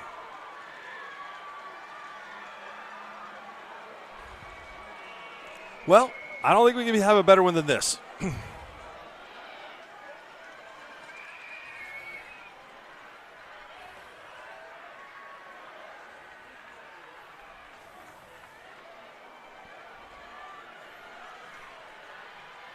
Field goal ties, touchdown, perhaps wins it for the Buffaloes. And they have good field position at the 37 and somehow managed to keep their timeouts. And here we go. 2 timeouts.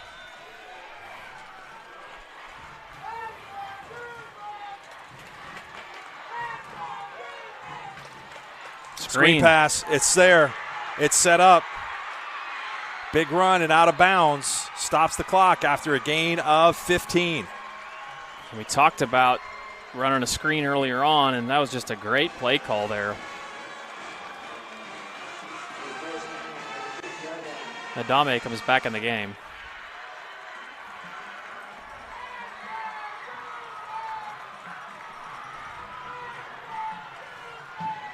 .118 to go, first down and 10 from the 50.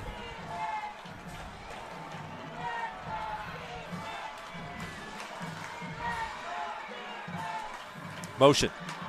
Another screen. Screen to McCarty. Oh, He wow. breaks a tackle. He's out in the open. He Oh, breaks my another goodness. tackle. Oh, What a my run from goodness. Eric McCarty! Oh, He my runs through the goodness. entire Dell City defense. He goes 50 yards to the house, and McAllister has risen from the ashes to take the lead here with 1:05 to go. Eric McCarty. Wow. Oh, my gosh.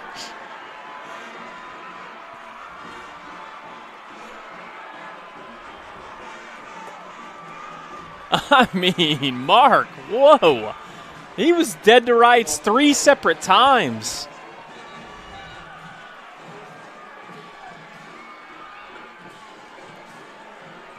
It's a big extra point here, 26-23.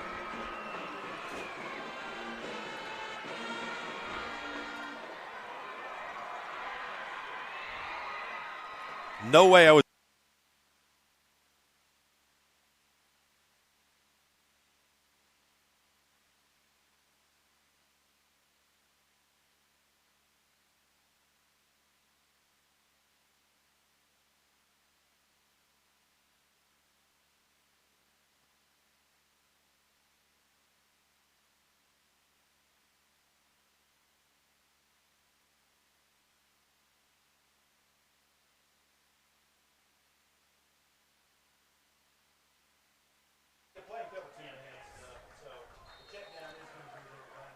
They will empty the backfield, 3 wide to the near side. 1 to the far side of the field. First down and 10 from the 26-yard line. Wolf rolling left. Right-handed quarterback has a man and threw it behind Braden Clark, incomplete. It was almost picked. Yeah, I think Lewis got his fingers on that. So second down and 10, 2:20 to play. A couple of teams that are 0-1 in the district looking to get back to 500.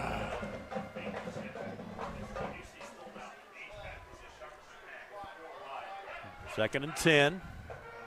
Wolf across the middle has a man. It's intercepted. Alvarado. Carlos Alvarado going back the other way, 30-35 to the 37-yard line, and that should put the nail in the coffin right there. The linebackers had an outstanding game. We've called his name a lot tonight.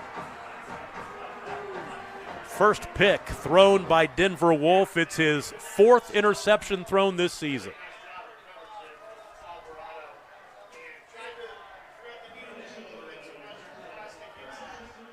And the Plainsmen will take over, first down and 10 at the 37-yard line. Moore has 2 timeouts left, and this drive will start with 2:09 to play. Well, let's see if Rao could get some positive yardage. We don't want him to have any losses. Get him to 300 yards. I've got him for 299.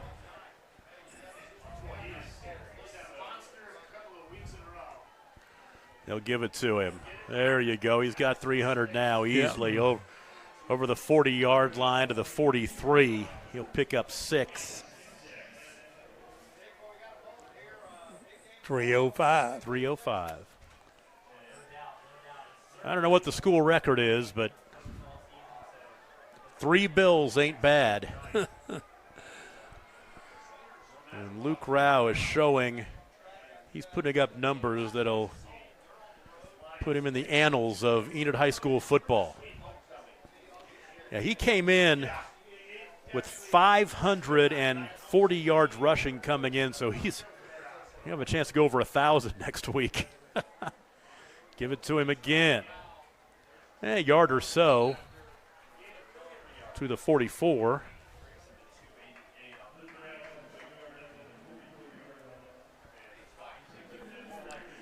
So with 1:10 to go, clock will roll. Moore has 2 timeouts to use. They won't use them.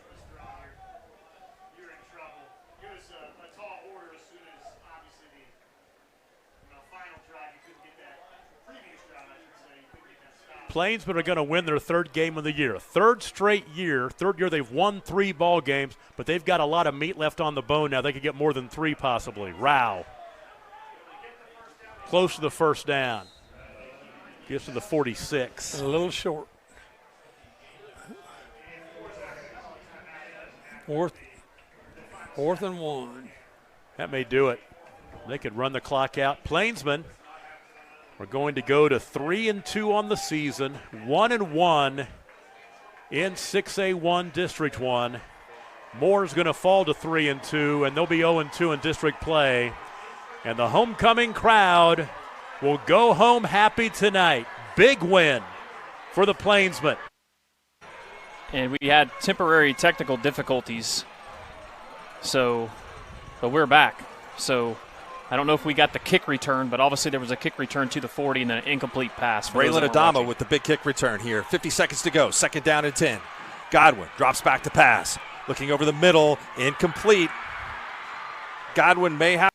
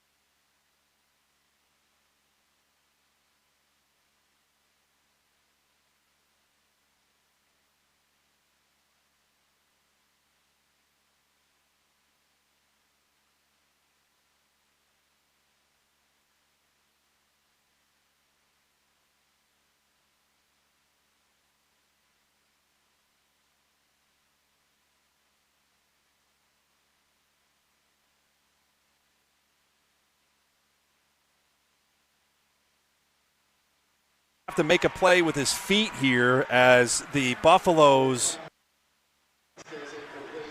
are blanketing coverage. What are you doing?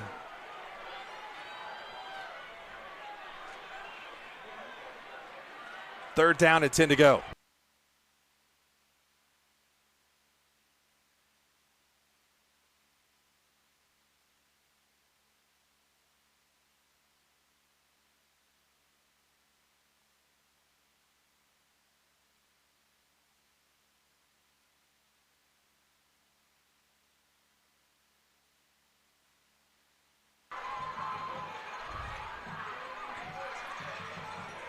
And we had temporary technical difficulties, but we're back. So I don't know if we got the kick return, but obviously there was a kick return to the 40 and then an incomplete pass. Braylon Adama with the big kick return here. 50 seconds to go. 2nd down and 10. Godwin drops back to pass. Looking over the middle. Incomplete. Godwin may have to make a play with his feet here as the Buffaloes are blanketing coverage. What are you doing?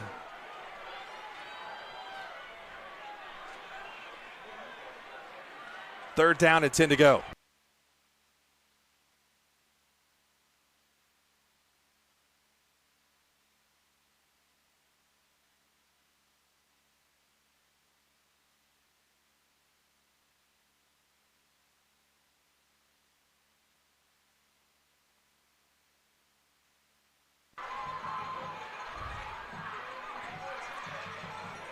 And we had temporary technical difficulties, but we're back.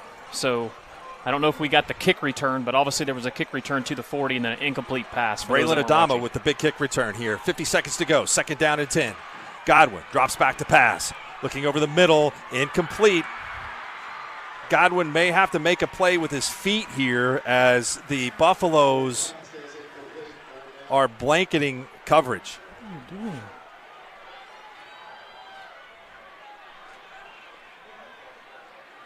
Third down and 10 to go.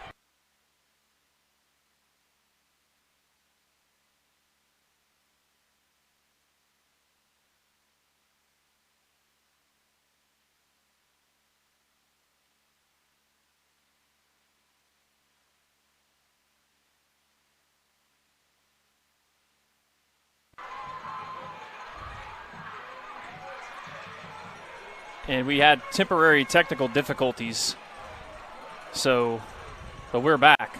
So I don't know if we got the kick return, but obviously there was a kick return to the 40 and then an incomplete pass. Braylon Adama with the big kick return here. 50 seconds to go. 2nd down and 10. Godwin drops back to pass. Looking over the middle. Incomplete.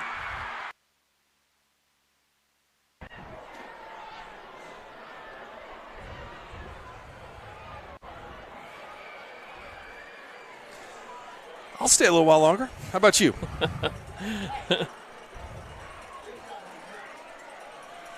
I mean, it is everything that it was drawn up to be. My goodness.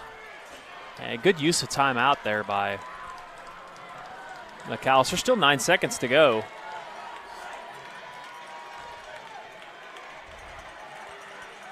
So once again, from the 31-yard line, left-footed kicker Stanley Johnson looking to go 4-5.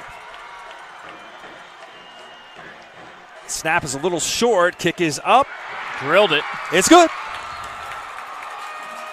6 seconds left. Tied at 26.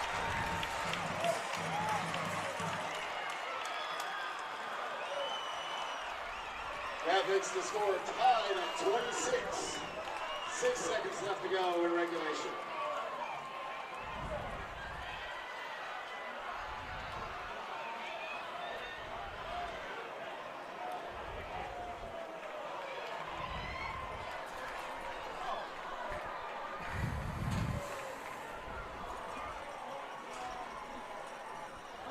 This game, man. I mean, honestly, this game deserves to go into overtime, really. I don't know how we got to overtime. I don't either. Like I said, we've had long stretches of this game where there's been no scoring and just a back alley brawl, and then there's been other parts of this game we've had unbelievable plays. And clearly the Buffaloes rally to take the lead with something else, but Braylon Adama, after fumbling, really when the Eagles can get pretty close to taking victory formation, comes up with a 40-yard return. Well, we saw McAllister run a kickback before, so. Well,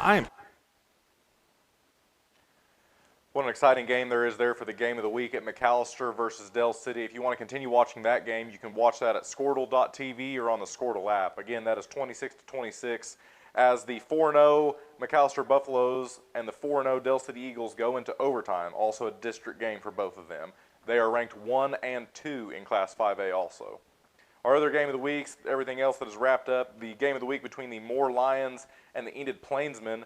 Coach Rashawn Woods and the Enid Plainsmen will move to 3-2 on the season and win that district game in a final of 49-35, beating Moore. In the Cashin Wildcats versus the Western Heights game, Coach Lynn Shackelford and the ranked 10 Cashin Wildcats for Class A will win that game and move to 2-3 on the season with a final score of 55-8 against Western Heights. The Perry Maroons versus the Hennessy Eagles. The Hennessy Eagles and head coach Paul Hicks will move to 3-2 on the season with a final score of 21-14 against the Perry Maroons. In the matchup between the 2A Washington Warriors, who are ranked number 1 in Class 2A, versus the Community Christian Royals, the 4-0 Washington Warriors will move to 5-0 on this season, continuing their their strings of victory there with a score of 42-7 for the final of that game. Also a district game for both teams. Another district game that we have for Class 2A, we have the Jones Longhorns at the Crossings Christian Knights. The Jones Longhorns and Coach Kevin Witt will move to 2-3 on the season, beating the Crossings Christian Knights 20-10 for that final. In the Class B matchup, the number 1 ranked Oklahoma Bible Academy Trojans will beat the Waukomis Chiefs. Coach Chris Kayott and the OBA Trojans will move to 5-0 on the season, beating Waukomis 58-12 in the third quarter with 39 seconds left. Our other game that we had this week, we had the 3A Kingfisher Yellow Jackets versus the Mount St. Mary's Rockets, a district game for both those teams as well. Coach Jeff Myers and the Yellow Jackets will move to 3-2 on the season, with the score of that game being 50-15 on the final. Again, if you want to continue watching that McAllister-Del City game, a very close game in overtime, 26-26, you can go to Skordle.tv or the Skordle app. I'm Drew Baker, our producer Ethan Sunken. Thank you for joining us, and we'll see you next week.